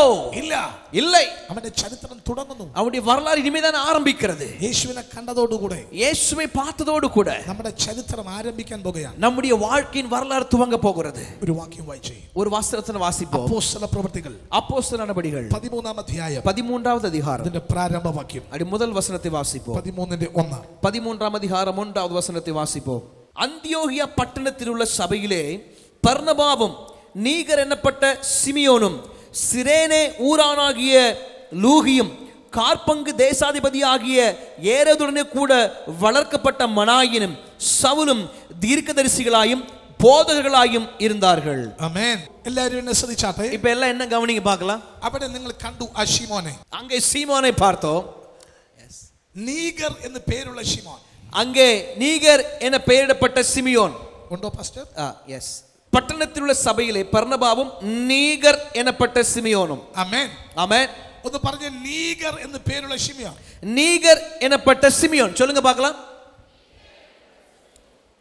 നമ്മൾ ആദ്യം കണ്ടത്, நான் முதல்ல பார்த்தது ഈ ശിമോൻ കറുത്ത വർഗ്ഗക്കാരനായിരുന്നു. இவன் கருத்த அல்லது கற்பிணத்தை சார்ந்தவராக இருந்தான் பார்த்தோம். ഇവിടെ നമ്മൾ കണ്ടു, ஆனால் இங்கே பார்க்கிறோம் നീഗർ എന്ന് പേരുള്ള ശിമോൻ. நீகர் எனப்பட்ட சீமோன். എന്നെ ശ്രദ്ധിച്ചേ. எல்லாம் என்ன கவனிங்க பார்க்கலாம். നീഗർ എന്നത് ഒരു ഗ്രീക്ക് വാക്കാണ്. நீகர் என்பது ஒரு கிரேக்க வார்த்தை. അതിന്റെ അർത്ഥം കറുത്തവൻ എന്നാണ്. அதனுடைய அர்த்தமானது கருத்தவன், அது கருப்பானவன் என்ற அர்த்தம். അതിൽ നിന്നാണ് ഇംഗ്ലീഷിൽ നീഗ്രോ എന്ന വാക്കുണ്ടായത്. இதிலிருந்து தான் ஆங்கில வார்த்தையாகி நீக்ரோ என்கிற வார்த்தை உருவானது. ആമേൻ. ஆமென். ശ്രദ്ധിക്കുക. கவனிங்க. നമ്മൾ ആദ്യം കണ്ടത്, நான் முதல்ல பார்த்தது അടിമയായ ശിമോനെ, அடிமையாகிய சீமோன், കറുത്ത വർഗ്ഗക്കാരനായ ശിമോനെ, கற்பிணத்தை சார்ந்த ஒரு சீமோன், വയലിൽ പണിയെടുക്കുന്ന ശിമോനെ. வயலிலே வேலை செய்கிற ஒரு சீமோன். എന്നാൽ ഇവിടത്തെ ശിമോൻ, ஆனால் இங்கே உள்ளதான சீமோனோ അവൻ അടിമയല്ല. அவன் அடிமையாக அல்ல. പിന്നെ ആര്? பின்ன யார்? അവൻ അഭിഷിക്തനാണ്. அவன் அபிஷேகம் பண்ணப்பட்டவன். ഹല്ലേലൂയ. ஹalleluya. ശിമോന്റെ മേൽ சீமோன் மேல் യേശുവിന്റെ രക്തം വീണപ്പോൾ இயேசுவின் ரத்தம் விழுந்த பொழுது അവൻ അഭിഷിക്തനായി തീർന്നു. அவன் அபிஷேகம் பண்ணப்பட்டவனாய் மாறினான். ഇന്ന് രാത്രി இந்த இரவிலே നിന്നെ ഒതുക്കി വെക്കുന്ന ശത്രുവിന്റെ പിടിയിൽ നിന്ന്, உங்களை ஒதுக்கி வைக்கிற பிசாசின் பிடியில் இருந்து നമ്മെ പുറത്തു കൊണ്ടുവന്നത്, நம்மை வெளியே கொண்டு வந்தது, നമ്മെ അഭിഷിക്തനാക്കിയത് நம்மை അഭിഷേകപ്പെട്ടവളായി മാറ്റിയത് യേശുവിന്റെ രക്തമാകയാൽ ദൈവത്തിന് സ്തോത്രം ചെയ്യുകയാണ്. இயேசுவின் ரத்தமாய் இருக்கிறபடியால் இந்த இரவிலே கர்த்தரை துதிக்கிறேன். ഇന്ന് രാത്രി இந்த இரவிலே ഇതിനകത്തിരിക്കുന്ന ചിലരുടെ മേൽ இங்கே அமர்ந்திருக்கிற சிலரை பார்த்து യേശുവിന്റെ രക്തം പതിയപ്പെടാൻ പോകുകയാണ്. இயேசுவின் ரத்தம் பதியப்பட போகிறது. അടിമയായ നിന്നെ அடிமையாகிய உன்னை അഭിഷിക്തനാക്കി തീർക്കാൻ പോകുകയാണ്. அபிஷேகிக்கப்பட்டவனாய் மாற்ற போகிறது. ഒന്ന് പറഞ്ഞേ. ஒன்னு சொல்லுங்க பார்க்கலாம் மறுபடியும். അടിമയായവൻ അഭിഷേകപ്പെട്ടവനായി. அடிமையானவன் அபிஷேகம் பண்ணப்பட்டவனானான். சொல்லுங்க பார்க்கலாம். ആമേൻ. ஆமென். തീർന്നില്ല. முடியல. അവന്റെ ഇടത്തും വലത്തും ഇരിക്കുന്ന ആൾക്കാരെ നോക്കിക്കേ. அவனுக்கு வலது பக்கம் இடது பக்கம் உட்கார்ந்து இருக்கிற ஆளை பாருங்க. അന്നത്തെ രാജാവായ ഹേരോദാവിനോട് കൂടെ വളർന്ന മനായേൻ, அன்றைக்கு ராஜாவாக இருந்த ஏரோதோடு கூட வளர்ந்த மனாயேன் ഒരു ഭാഗത്തിരിക്കുന്നു. அவன் ஒரு பக்கத்துல இருக்கிறான். അടുത്ത ഭാഗത്തിരിക്കുന്നത് കോടീശ്വരനായ ശൗൽ. அடுத்த பக்கத்துல உட்கார்ந்து இருக்கிறவன் கோடீஸ்வரனா என்றதாகி சவுல். ഇവൻ ആരായിരുന്നു? இவன் யாரா இருந்தான்? ഒരു അടിമയായിരുന്നു. ஒரு அடிமையாக இருந்தான். അടിമയായ ഇവനെ, அடிமையான இவனை ഇത്രയും ഉന്നതന്മാരായ വ്യക്തികളുടെ ഇടയിൽ ഇരിക്കാൻ അനുവദിക്കയില്ല. இவ்வளவு உன்னதமான ஆட்களுக்கு நடுவில் இருப்பதற்கு அனுமதிக்க மாட்டாங்க. അവനോട് ചോദിക്ക, அவங்கிட்ட கேளுங்க, നീ എങ്ങനെ ഇവരുടെ മധ്യത്തിൽ വന്നു? நீ எப்படி இவர்களுக்கு நடுவில் வந்தாய்? അവർ നിന്നെ ഇരുത്തിയതാണോ? அவர்கள் உன்னை கொண்டு வந்து அமர வைத்தார்களோ? അവൻ പറയും അല്ല. அவன் சொல்லுவான் இல்ல, ഒരു വചനം എന്നിൽ നിറവേറിയതാണ്. ஒரு വചനം எனக்குள் நிறைவேறினது. ഏതാണ് ആ വചനം? என்னது அந்த வசனம்? ബൈബിൾ പഠിപ്പിക്കുന്നു. வேதம் சொல்லுகிறது, അഗതിയെ കുപ്പയിൽ നിന്ന് ഉയർത്തി ദേശത്തിലെ പ്രഭുക്കന്മാരുടെ കൂടെ ഇരുത്തുമെന്ന വചനം നിറവേറി. எளியவனை குப்பையிலிருந்து உயர்த்தி பிரபுக்களோடும் அதிபதிகளோடும் உட்கார பண்ணுகிறவர் என்று வசனம் சொல்லுகிறது. ഇന്ന് രാത്രി ഞാൻ പറയട്ടെ, இந்த இரவில் நான் சொல்லட்டுமா, നിന്റെ കുലം ചെറുതായിരിക്കാം, உங்களுடைய குலம் சிறியதாக இருக்கலாம், നിന്റെ വിദ്യാഭ്യാസം കുറവായിരിക്കാം, உங்களுடைய படிப்பு குறையாக இருக்கலாம், പക്ഷേ ஆனால் യേശു നിന്റെ അകത്തു വന്ന് இயேசு உங்கள் உள்ளே வந்தார். അവൻ നിന്നെ ഉയർത്തുന്നത് அவர் உங்களை உயர்த்துகிறவர் സകല ജാതികൾക്ക് മധ്യത്തിലാണ്. சகல ஜாதிகளுக்கு மத்தியிலே. ഹല്ലേലൂയ, ஹalleluya, ഹല്ലേലൂയ, ஹalleluya, ഹല്ലേലൂയ. ஹalleluya. പാസ്റ്റർ പരിശുദ്ധാത്മാവിനോട് ഇങ്ങനെ പറയുന്നു, பாஸ்டர் பரிசுத்த ஆவி என்னோடு இப்படி சொல்லுகிறார், ഒരു ബസ് സ്റ്റാൻഡിന്റെ അടുക്കൽ, ஒரு பஸ் ஸ்டாண்டுக்கு பக்கத்துல ദൈവം നിങ്ങളുടെ സഭയെ ഉറപ്പിക്കാൻ വേണ്ടി പോകുകയാണ്. தேவன் உங்கள் சபையை உறுதிப்படுத்த போகிறார். ഒരു ബസ് സ്റ്റാൻഡിന്റെ അടുക്കൽ, ஒரு பஸ் ஸ்டாண்டுக்கு பக்கத்துல എന്റെ ദൈവ സഭയെ ഉറപ്പിക്കാൻ என் പോകുകയാണ്. தேவன் சபையை உறுதிப்படுத்த போகிறார். ബസ് സ്റ്റാൻഡിൽ ജനം ഇറങ്ങിയിട്ട്, பஸ் ஸ்டாண்டுக்கு ബസ് സ്റ്റാൻഡിൽ ജനം ഇറങ്ങിയിട്ട് பஸ் ஸ்டாண்ட்ல ஜனங்கள் இறங்கி ഒരു മതിൽ ചുറ്റി സഭയ്ക്കകത്ത് കയറാൻ പോവുകയാണ്. ஒரு செவரை சுத்தி வந்து சபைக்குள்ள வர போறாங்க. ഹല്ലേലൂയ, ஹalleluya. നിങ്ങൾ കുറിച്ചു വെച്ചോ, நீங்கள் எழுதி வைத்துக் கொள்ளுங்கள். ആകാശത്തെയും ഭൂമിയെയും സാക്ഷി നിർത്തി എന്റെ ദൈവം ഇന്ന് പകൽ ഇടപെടുകയാണ്. வானத்தையும் பூமியையும் சாட்சியாக நிறுத்திக் கொண்டு என் தேவன் இரவிலே இடைப்படுகிறார். ഹല്ലേലൂയ. ஹalleluya. രാജ്യത്തിന്റെ അധികാരികൾ എഴുന്നേറ്റാലും, ராஜ்யத்தின் அதிகாரிகள் எழுந்திருந்தாலும் സ്തോത്രം, നിന്റെ ആരാധനയെ പൂട്ടിക്കളയാൻ ആർക്കും കഴിയില്ല. அவருடைய ஆராதனை அணைத்து போட எந்த சக்தியாலும் முடியாது. കാരണം വിളിച്ച ദൈവം വിശ്വസ്തൻ. காரணம் அழைத்த தேவன் உண்மை உள்ளவர். ഹല്ലേലൂയ, ஹalleluya, ഹല്ലേലൂയ. ஹalleluya. 13 കിലോമീറ്റർ ചുറ്റളവിൽ ദൈവസഭയുടെ കയ്യിൽ ദൈവദേശത്തെ തരാൻ പോകുകയാണ്. 13 കിലോമീറ്റർ சுற்றளவுள்ள இடங்களிலே தேவன் தேவ சபைக்கென்று தர போகிறார். ഹല്ലേലൂയ, ஹalleluya. സ്തോത്രം. നിങ്ങളുടെ ഉപവാസ പ്രാർത്ഥനകൾ, உங்களுடைய உபவாச ஜெபங்களிலே, നിങ്ങളുടെ കൺവെൻഷൻ യോഗങ്ങൾ, உங்களுடைய கன்வென்ஷன் கூட்டங்களிலே 13 കിലോമീറ്റർ ഉള്ള ജനത്തെ തൊടുവാൻ പോകുകയാണ്. 13 கிலோமீட்டர் சுற்றி இருக்கிற ஜனங்களை கத்த தொட போகிறார். ദൈവ പ്രവൃത്തി വെളിപ്പെടാൻ പോകുകയാണ്. தேவ கிரியை வெளிப்பட போகிறது. 13 കിലോമീറ്റർ ചുറ്റളവിൽ 13 கிலோமீட்டர் சுற்றளவிலே ഒരു ലോക്കൽ നെറ്റ്വർക്ക് ദൈവാത്മാവിനെ കാണിക്കുകയാണ്. ஒரு லோக்கல் நெட்வொர்க்கை கத்தர் காட்டுகிறார். സ്തോത്രം. ആരാധനാലയത്തിൽ നടക്കുന്ന പ്രോഗ്രാംസ്, ஆலயத்தில் நடக்கிற ஆராதனை நிகழ்ச்சிகள் സ്തോത്രം, ചില ഭവനങ്ങളിൽ നിന്ന് ചിലരെ കണ്ടുകൊണ്ട് சில வீடுகளிலிருந்து ஜனங்கள் பார்த்து கொண்டு അവർ ആരാധനയ്ക്ക് വരാൻ പോകുകയാണ്. அவர்கள் ஆராதனைக்கு வந்து கலந்து கொள்ள போறாங்க. പാസ്റ്റർ, ചില ഹോസ്പിറ്റലുകളിൽ കിടക്കുന്ന രോഗികൾ സ്ക്രീനിൽ കാണുന്ന വിടുതൽ കണ്ട് അവർ സൗഖ്യം പ്രാപിക്കുന്ന ഒരു കാലം വരാൻ പോകുകയാണ്. ஆராதனை நடந்து கொண்டிருக்கிற நிகழ்ச்சிகளை மருத்துவமனையில் படுத்திருக்கிற வியாதியஸ்தர்கள் கண்டு அங்கே சுகம் பெறுகிற நிகழ்ச்சியை கத்தர் செய்ய போகிறார். Hallelujah, hallelujah.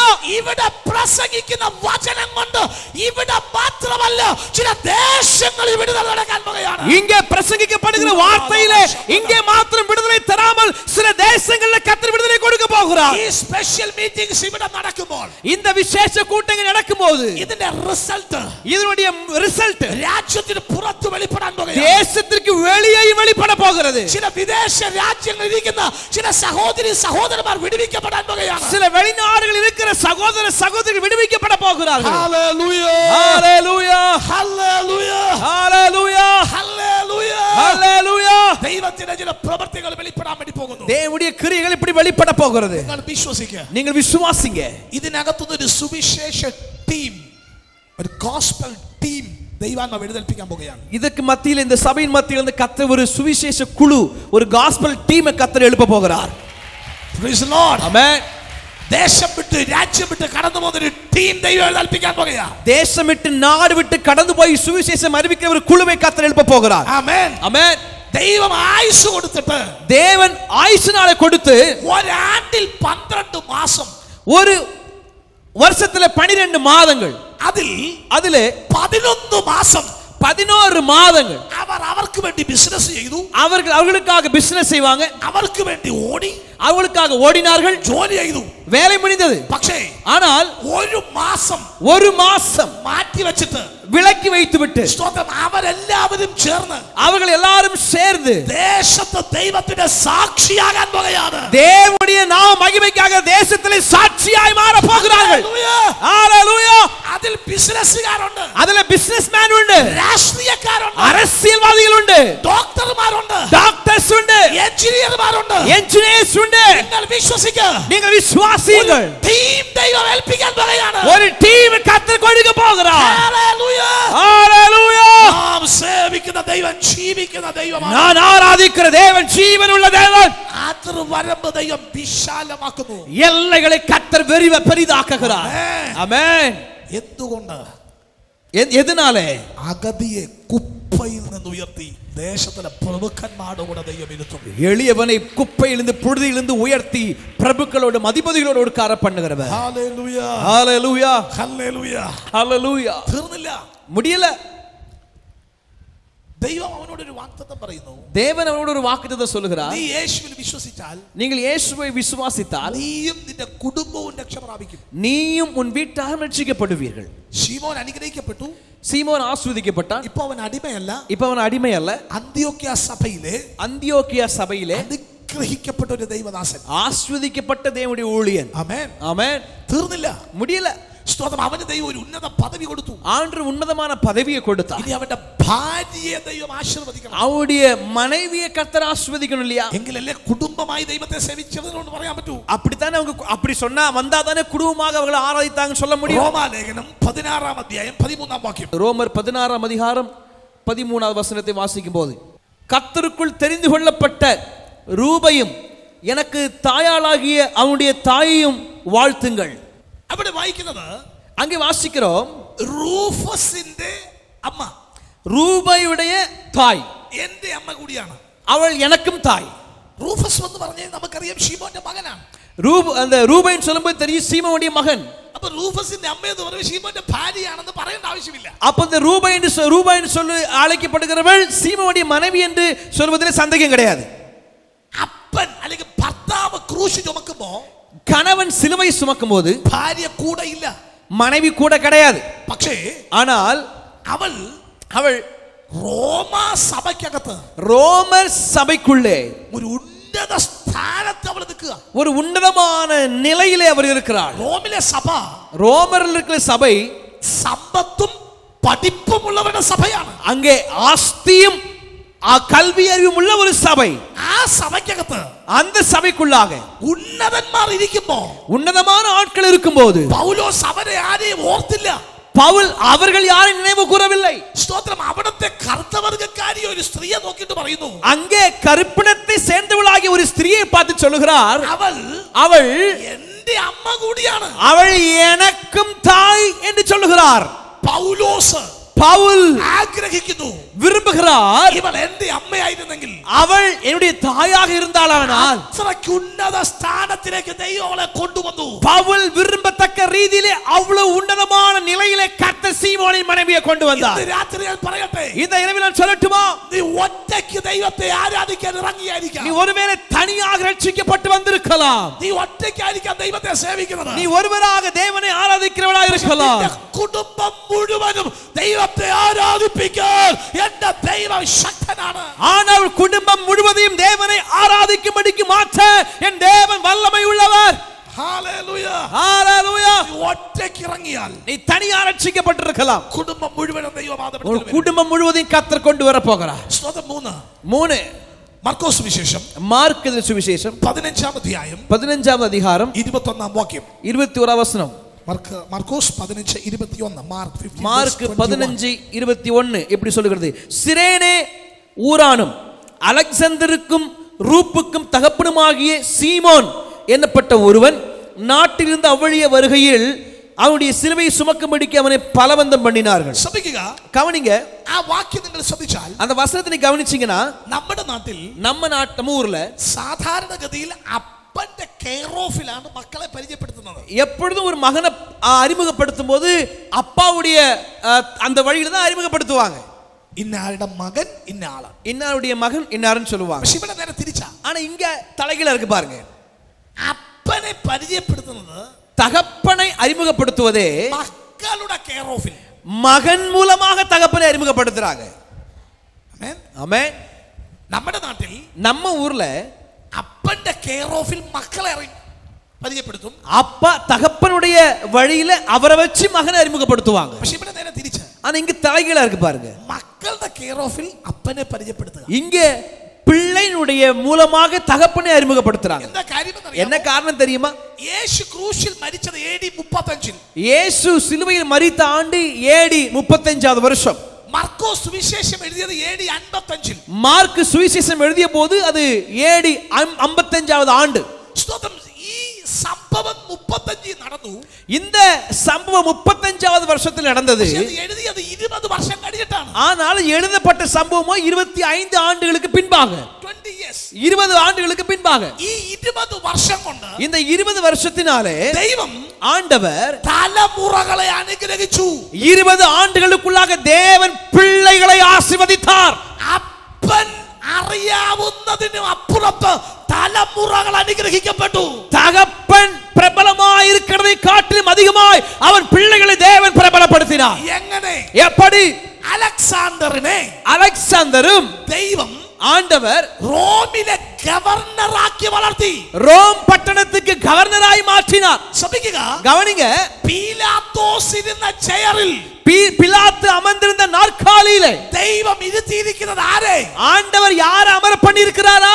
ദൈവത്തിന്റെ വചനം പ്രസംഗിച്ച ഒരപ്പന്റെ മകനെ ദൈവം കയറ്റിയിരുത്തി. தேவனுடைய வசனத்தை பிரசங்கித்த ஒரு தகப்பனுடைய மகனை அந்த நாற்காலியிலே தேவன் அமர பண்ணினார். ആമേൻ. ஆமென். ഒരു അടിമയുടെ മകൻ, ஒரு அடிமையின் மகன் PhD എടുത്താലും PhD படிச்சிருந்தா கூட തൂമ്പ എടുത്ത് പറമ്പിലേക്ക് ഇറങ്ങണം. மம்பட்டியை எடுத்து வயலுக்கு இறங்குவாங்க. അതാണ് അടിമയുടെ ചട്ടം. அதுதான் அடிமையுடைய சட்டம். പിന്നെ ஆனால் அலெக்சாந்தர் നീ ഗവർണറായത് എങ്ങനെ? அலெக்சாந்தரை நீ கவர்னராய் மாறினது எப்படி? വിദ്യാഭ്യാസമാണോ? உன்னுடைய கல்வி அறிவோ? അവൻ പറയും അല്ല. அவன் சொல்லுமா இல்ல, എന്റെ അപ്പന്റെ മേൽ യേശുവിന്റെ രക്തം വീണപ്പോ ഞങ്ങളുടെ മേലുള്ള കെട്ട് പൊട്ടി മാറി. என்னுடைய அப்பனாகிய சீமோனின் மேலே இயேசுவின் ரத்தம் விழுந்த பொழுது எங்கள் கட்டுகள் உடைந்தது. ഇന്ന് രാത്രി ഇതിനകത്ത് ആരാധിക്കുന്ന ദൈവ പൈതലേ, இந்த இரவிலே ஆலயத்திலே ஆராதிக்கிற தேவ பிள்ளையே, നീ യേശുവിനെ ഏറ്റുകൊള്ളുമ്പോൾ, நீ இயேசுவை ஏற்றுக்கொள்ளும்போது തലമുറയുടെ കെട്ട് ഇന്ന് രാത്രി പൊട്ടി മാറാൻ പോകുകയാണ്. உன்னுடைய பிள்ளைகளின் கட்டுகள் இந்த இரவிலே உடைக்கப்பட போகிறது. അനുഗ്രഹിക്കപ്പെടാൻ പോകുകയാണ്. அவர்கள் ஆசீர்வதிக்கப்பட போகிறார்கள். യേശുവിന്റെ നാമത്തിൽ അത് സംഭവിക്കട്ടെ. இயேசுவின் நாமத்தில் அது நடப்பதாக. യേശുവിന്റെ നാമത്തിൽ അത് സംഭവിക്കട്ടെ. இயேசுவின் நாமத்தில் நடப்பதாக. തലമുറകളെ ഞാൻ അനുഗ്രഹിച്ചു പ്രാർത്ഥിക്കുന്നു. உன்னுடைய பிள்ளைகளை ஆசீர்வதித்து ஜெபிக்கிறேன். ആമേൻ. ஆமென். രണ്ടാമത്തെ മകൻ, இரண்டாவது மகன் റൂഫസ്. ரூபன். അവൻ റോമിലെ ബിഷപ്പായി. அவன் ரோமிலே பிஷப்பா இருந்தான். ലോക്കൽ ചർച്ചിന്റെ പാസ്റ്റേഴ്സ്, அங்கே சபைகளுக்கு போதகராய், അതിന്റെ മുകളിലുള്ള ഗ്രൂപ്പ്, அந்த போதகர்களுக்கு மேலாக இருக்கிற தலைமை போதகர், അതിന്റെ മുകളിലുള്ള പേരാണ് ബിഷപ്പുമാർ. அதற்கு மேல அதற்கு தலைமையாக இருக்கிறவர் தான் பிஷப்னு சொல்வாங்க. കർത്താവേ, கர்த்தாவே, പത്രോസിന്റെ യാക്കോബിന്റെ യോഹന്നാന്റെ മക്കൾ ഭൂമിയിലുണ്ടല്ലോ. பேதுரு யாக்கோபு யோவானுடைய பிள்ளைகள் பூமியில இருந்தாங்க இல்லையா? എന്താ അവരെ ബിഷപ്പാക്കാത്തത്? ஏன் அவர்களை பிஷப்பாக்கல? ഈ ശീമോൻ കറുത്ത വർഗ്ഗക്കാരനായ ശീമോന്റെ മകൻ എന്തുകൊണ്ട് ബിഷപ്പാക്കി? இந்த கருப்பினத்தை சேர்ந்தவனாகி சீமோனின் பிள்ளை ஏன் பிஷப்பா மாத்துறீங்க? കർത്താവ് പറയും, கர்த்தர் சொல்லுவார், അപ്പം വർദ്ധിപ്പിക്കുമ്പോഴും അടയാളം കാണിക്കുമ്പോഴും യാക്കോബും യോഹന്നാനും പത്രോസും എന്റെ കൂടെയുണ്ട്.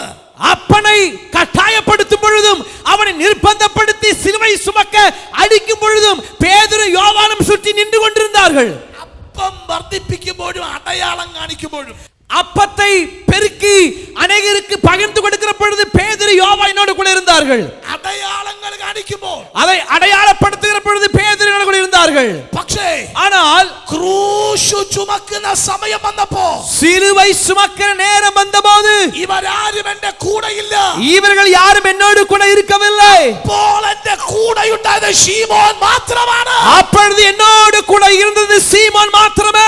അതുകൊണ്ട് അവന്റെ തലമുറയെ എനിക്ക് ആശീർവദിക്കണം. ஆகவேதான் அவன் தலைமுறையை நான் ஆசீர்வதிக்க வேண்டும். இந்த രാത്രി ഞാൻ പറയട്ടെ, இந்த இரவில் நான் சொல்லுகிறேன், യേശുവിന് വേണ്ടി നീ എന്തെങ്കിലും ചെയ്താൽ, இயேசுவுக்காக நீ ஏதாவது செய்தால் നിനക്ക് മാത്രമല്ല നിന്റെ തലമുറകൾക്ക് കൂടെ അത് പകർന്നു കൊടുക്കാൻ എന്റെ യേശു ശക്തനാണ്. உங்களுக்கு மாத்திரமல்ல உங்கள் பிள்ளைகளுக்கும் அதை பகிர்ந்து கொடுக்க என் இயேசு வல்லமை உள்ளவர். ഇന്ന് രാത്രി എന്റെ ദൈവം അത് ചെയ്യാൻ പോകുകയാണ്. இந்த இரவிலின் தேவன் அதை செய்ய போகிறார். ഹല്ലേലൂയ, ஹalleluya. ദൈവാത്മാവിനെ നിർബന്ധിക്കുന്നത് കൊണ്ട്, தேவ ஆவியானவர் என்னை வற்புறுத்துகிறபடியினால் ഒരു വിഷയത്തിന് വേണ്ടി ഞാൻ പ്രാർത്ഥിക്കാൻ പോകുകയാണ്. ஒரு காரியத்துக்காக நான் ஜெபிக்க போறேன். 25 വയസ്സ് പ്രായമുള്ളവർ വരെ ഒന്ന് എഴുന്നേറ്റ് നിന്നാണ്. 25 வயசு வரைக்கும் உள்ள நபர்கள், வாலிப பிள்ளைங்க எல்லாம் சகோதரர்கள் எழும்புங்க பார்க்கலாம். 25 வயசு வரைக்கும் உள்ளவங்க எழும்புங்க. ഹല്ലേലൂയ, ஹalleluya. തലമുറകളെ ദൈവം ആശീർവദിക്കുന്ന കർത്താവ്, பிள்ளைகளை ஆசீர்வதிக்கிறபடி ஆண்டவர் ഒരു വലിയ ദൈവ പ്രവൃത്തി ഇന്ന് രാത്രിയിനകത്ത് വെളിപ്പെടുന്നു. ஒரு பெரிய தேவ கிரியை இந்த இரவில் அங்கே வெளிப்பட போகிறது. നിങ്ങളുടെ കരങ്ങൾ ഇവർക്ക് നേരെ നീട്ടിയാട്ടെ. எல்லாம் உங்க பின்னாடி இருக்கிற எல்லாம் உங்க கையை உங்க பிள்ளைங்களுக்கு நேரா நீட்டுங்க பார்க்கலாம். ഹല്ലേലൂയ, ஹalleluya. യഹോവയുടെ അനുഗ്രഹം വെളിപ്പെടുന്നു. யெகோவா தேவனுடைய ஆசீர்வாதம் வெளிப்படுகிறது. ചില ഉന്നത സ്ഥാനങ്ങളിൽ ദൈവം ഇവരെ ഇരുത്താൻ പോകുകയാണ്. சில உன்னதமான பதவிகளிலே கர்த்தர்களை அமர பண்ண போகிறார். ചില അധികാര സ്ഥാനങ്ങളിൽ ദൈവം ഇരുത്താൻ പോകുകയാണ്. சில அதிகார பதவிகளிலே கர்த்தர்களை அமர பண்ண போகிறார். ചിലരുടെ വിദ്യാഭ്യാസം ആശീർവദിക്കപ്പെടാൻ പോകുകയാണ്. சிலருடைய கல்வி படிப்பு ஆசீர்வதிக்கப்பட போகிறது.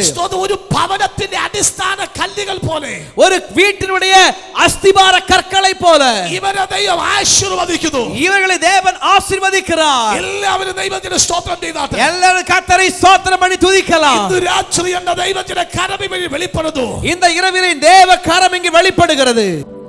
ഒന്നാം നൂറ്റാണ്ടിൽ ദൈവസഭയ്ക്കകത്ത് നടന്ന അത്ഭുതങ്ങൾ ഇതിനകത്ത് നടക്കാൻ പോകുന്നു. ஆதி நூற்றாண்டிலே சபைகளுக்குள் நடந்த அற்புதங்கள் இவர்களை கொண்டு கர்த்தர் செய்ய போகிறார். ഇവരിലൂടെ ദൈവം അത് ചെയ്യാൻ പോകുന്നു. இவர்கள் மூலமாய் கர்த்தர் செய்ய போகிறார். ഇവരിലൂടെ ദൈവം അത് ചെയ്യാൻ പോകുന്നു. இவர்கள் மூலமாய் கர்த்தர் செய்ய போகிறார்.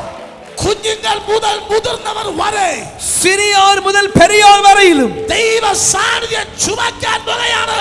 தேவ பிரசன்னத்தை சுமக்க ஆயத்தமா? പുതുതായി ഒരുവൻ ആലയത്തിൽ വന്നാൽ, ஒருவேளை புதிதாக இந்த ஆலயத்தில் வந்து ഒരു പുതിയ മനുഷ്യൻ ആലയത്തിൽ വന്നാൽ, ஒரு புதிய மனிதர் ஆலயத்தில் வருவாரானால் ഇവരുടെ മേൽ വ്യാപരിക്കുന്ന ദൈവ സാന്നിധ്യം കണ്ടിട്ട് இவர்கள் மீது வியாபரிக்கிற தேவ பிரசன்னத்தை பார்த்து ദൈവം ഇവിടെ ഉണ്ട് എന്ന് പറയുന്ന അളവിന് தேவன் இங்கே உண்டு என்று சொல்ல போகிற நாள் வருகிறது. ദൈവ വാതിൽ തുറക്കാൻ പോകുകയാണ്. தேவன் வாசலை திறக்க போகிறார். ഹല്ലേലൂയ. ஹalleluya. പാസ്റ്റർ, ഈ വർഷം ഒരു യൂത്ത് ക്യാമ്പ് ദൈവാത്മാവിനെ കാണിക്കുന്നു. பாஸ்டர், இந்த வருஷத்துல யூத் கேம்ப் தேவன் எனக்கு காட்டுகிறார். തമിഴ്നാടിന്റെ വിവിധ ദേശങ്ങളിൽ നിന്ന് ജനം ഇവിടെ കടന്നു വരാൻ പോകുകയാണ്. தமிழ்நாட்டிலே பல பகுதிகளில் இருந்து வாலிபர் கூடைக்கு ஜனங்கள் வர போகிறாங்க. യൗവനക്കാർ ഇവിടെ വന്ന് ആത്മാഭിഷേകം പ്രാപിക്കാൻ പോകുകയാണ്. அநேக வாலிபர்கள் இங்கே வந்து ஆவியின் அபிஷேகத்தை பெற போகிறார்கள். കഴുകന്മാരെ പോലെ ചിറകടിച്ച് കയറാൻ പോകുകയാണ്. கழுகுகளை போல செட்டைகளை அடித்து எழும்ப போகிறார்கள். അവരെ പിടിച്ചൊതുക്കാൻ ആർക്കും പറ്റില്ല. அவர்களை கட்டுப்படுத்த யாராலும் முடியாது. അവർ കൊടുങ്കാറ്റിനെ പേടിക്കില്ല. அவர்கள் பெருங்காற்றை பார்த்து பயப்படுகிற ஜனங்கள் அல்ல. അവർ പഴയെ പേടിക്കില്ല. காற்றை பார்த்து பயப்படுகிற ஜனங்கள் அல்ல. മഴയെ പേടിക്കില്ല. அவர்கள் பகையை பார்த்து பயப்படுவதில்லை. മുകളിലെ പറക്കുന്നവരായി அவர்கள் மேலே பறக்கிறவர்களா. ഒരു കൂട്ടം യൗവനക്കാരെ എഴുന്നേൽപ്പിക്കാൻ പോകുകയാണ്. ஒரு கூட்ட வாலிபர்களை கர்த்தர் எழுப்ப போகிறார். തമിഴ്നാടിന്റെ ചില ഭാഗങ്ങൾ, தமிழ்நாட்டில் சில பகுதிகளில் ഒരു ഉണർവ് കാണാൻ പോകുകയാണ്. ஒரு எழுப்புதலை பார்க்க போகிறது. ഒരു ഉണർവ് കാണാൻ പോകുകയാണ്. ஒரு எழுப்புதலை பார்க்க ഒരു போகிறது. ഉണർവ് കാണാൻ പോകുകയാണ്.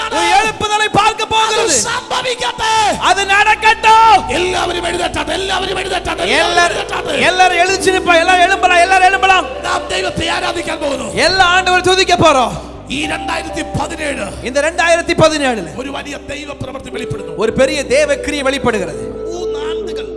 3 ஆண்டுகள் തീ കെട്ടുപോകാതെ தீ அவிழ்ந்து போகாமல் കത്തിക്കൊണ്ടിരിക്കാൻ പോകുകയാണ്. எரிந்து கொண்டு பிரகாசிக்க போகிறது. 17 18 19 17 18 19 ഈ ആണ്ടുകൾ തീ കത്താൻ പോകുകയാണ്.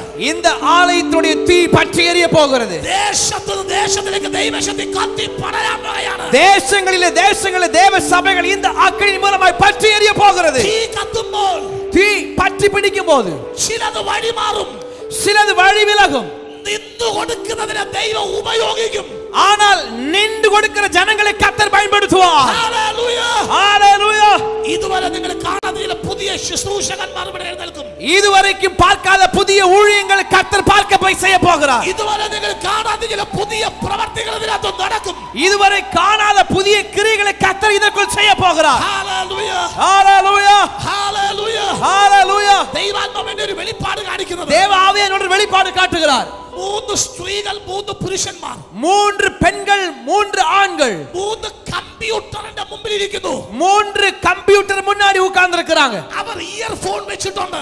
அவர்கள் ஹெட்போன் வச்சிருக்காங்க. സ്തോത്രം. പല ദേശങ്ങളിൽ നിന്ന് பல நாடுகளில் இருந்து 24 മണിക്കൂറും 24 மணி நேரமும் പ്രാർത്ഥനാ കാര്യങ്ങൾക്കായി ஜெப குறிப்புகளுக்காய் ജനം വിളിക്കുവാൻ പോകുകയാണ്. ஜனங்கள் இங்கே அழைக்க போகிறார்கள். 6 പേരും മാറുമ്പോൾ 6 பேரும் விலகும்போது അടുത്ത 6 പേര് വന്നിരിക്കും. இனி ஒரு அடுத்த 6 பேர் வருவார்கள். നോൺ സ്റ്റോപ്പായി, ஓ தடையே இல்லாமல் 3 ഷിഫ്റ്റായി, 3 ஷிஃப்ட்களாய் സ്തോത്രം. 24 മണിക്കൂറും 24 மணி நேரமும் പ്രയർ ടവർ എന്റെ ദൈവം എഴുന്നേൽപ്പിക്കാൻ പോകുകയാണ്. ஒரு ஜெப கோபுரத்தையும் தேவன் எழுப்ப போகிறார். Hallelujah. Hallelujah. Thank you Jesus. Thank you Jesus. Thank you Lord. நன்றி ஆண்டவரே. ഇന്ന് രാത്രി இன்று இரவிலே നാം ഒരുമിച്ച് സ്തോത്രം ചെയ്യാൻ പോകുകയാണ്. நாம் ஒன்று சேர்ந்து கர்த்தரை துதிக்க போறோம். എല്ലാ കരങ്ങളും സ്വർഗ്ഗത്തിലേക്ക് ഉയർത്തി எல்லா கரங்களையும் வானத்துக்கு நேராய் தூக்கி பிடித்துக் கொள்ளுங்க. നമുക്ക് സ്തോത്രം ചെയ്യാം. நாம ஸ்தோத்திரம் பண்ணி கர்த்தரை துதிப்போம். நன்றி இயேசுவே.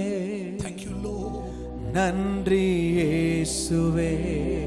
Everybody. நன்றி எல்லாம் சேர்ந்து சொல்லுங்க பார்க்கலாம். கரங்களை உயர்த்தி நன்றி இயேசுவே. Sing louder. நன்றி இயேசுவே. യേശുവേ. நன்றி இயேசுவே. Thank you Jesus. நன்றி இயேசுவே. நன்றி இயேசுவே.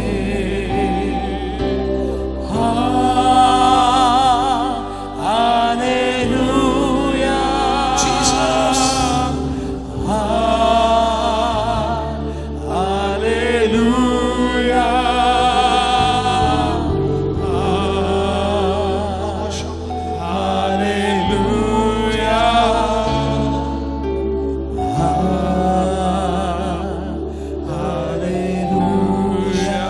நல்ல கைகளை உயர்த்தி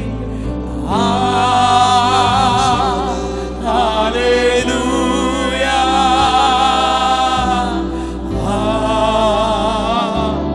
ஹalleluya.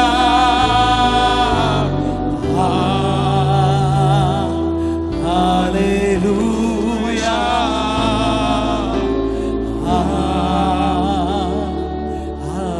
ஹalleluya. കണ്ണുകൾ അടഞ്ഞിരിക്കട്ടെ. എല്ലാ കണ്ണുകളും മൂടി இருக்கட்டும்.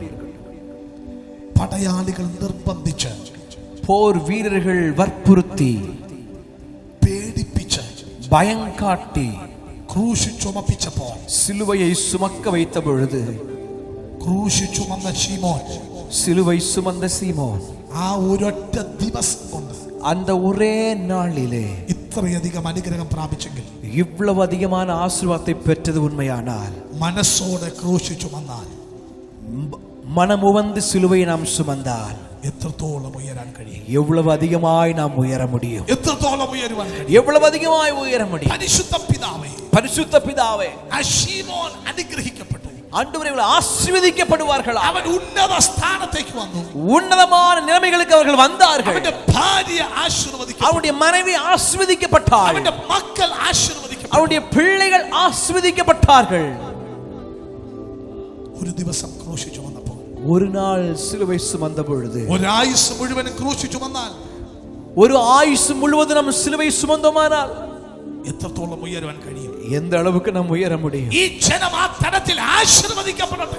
இந்த ஜனங்கள் அப்படிப்பட்ட வகையில் ஆசீர்வதிக்கப்படுவார்களாக. പിതാവിന്റെയും പുത്രന്റെയും പരിശുദ്ധാത്മാവിന്റെ നാമത്തിൽ, பிதா குமாரன் பரிசுத்தாவி நாமத்தினாலே ഈ ജനത്തെ ആശീർവദിക്കുകയാണ്. இந்த ஜனங்களை ஆசீர்வதிக்கிறேன். ഇവർ അനുഗ്രഹിക്കപ്പെടട്ടെ. இவள் ஆசீர்வதிக்கப்படட்டும். ദൈവം ചെയ്തതിനാണ് സ്തോത്രം. ஆண்டவர் அப்படி செய்கிறபடினால் நன்றி. യേശുവിൻ നാമത്തിൽ പിതാവേ, இயேசுவின் நாமத்தில் நல்ல பிதாவே, ആമേൻ. ஆமென்.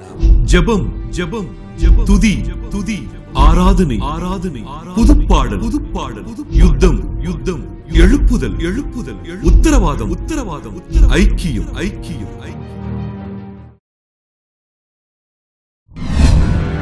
நம் சபை நிகழ்வுகள். கிருபையில் களிகூறுவோம். திங்கள் முதல் சனிக்கிழமை வரை காலை 5:30 மணி முதல் 6:30 மணி வரை. முழங்கால் யுத்தம். திங்கள் முதல் வெள்ளிக்கிழமை வரை காலை 10 மணி முதல் 12 மணி வரை. வாலிப பெண்கள் கூடுகை. 2ஆம் சனிக்கிழமை மாலை 5:30 மணி முதல் இரவு 7:30 மணி வரை. பெண்கள் ஐக்கியம் 4ஆம் சனிக்கிழமை காலை 10 மணி முதல் மதியம் 1 மணி வரை. இயேசுவோடு 1 மணி நேரம்.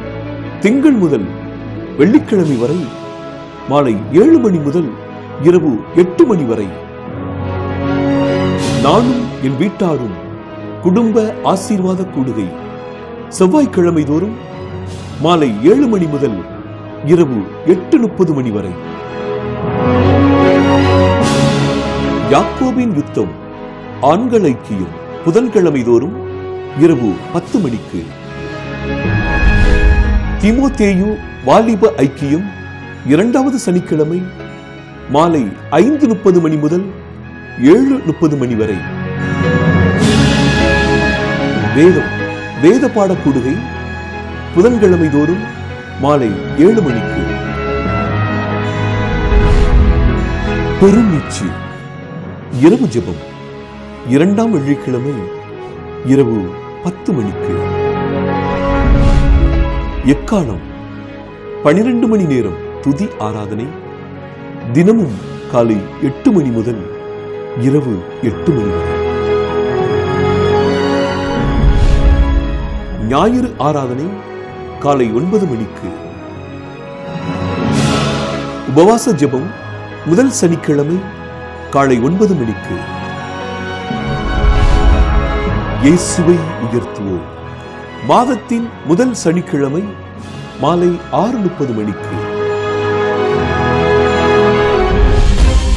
24 மணி நேர ஜெப உதவிக்கு அழைக்க வேண்டிய அலைபேசிகள் 9500373818.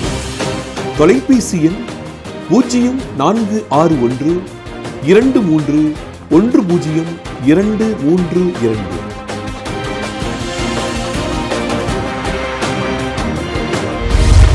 வாருங்கள் ஆராதிப்போம், வாருங்கள் உயர்த்துவோம், வாருங்கள் யுத்தம் செய்வோம்.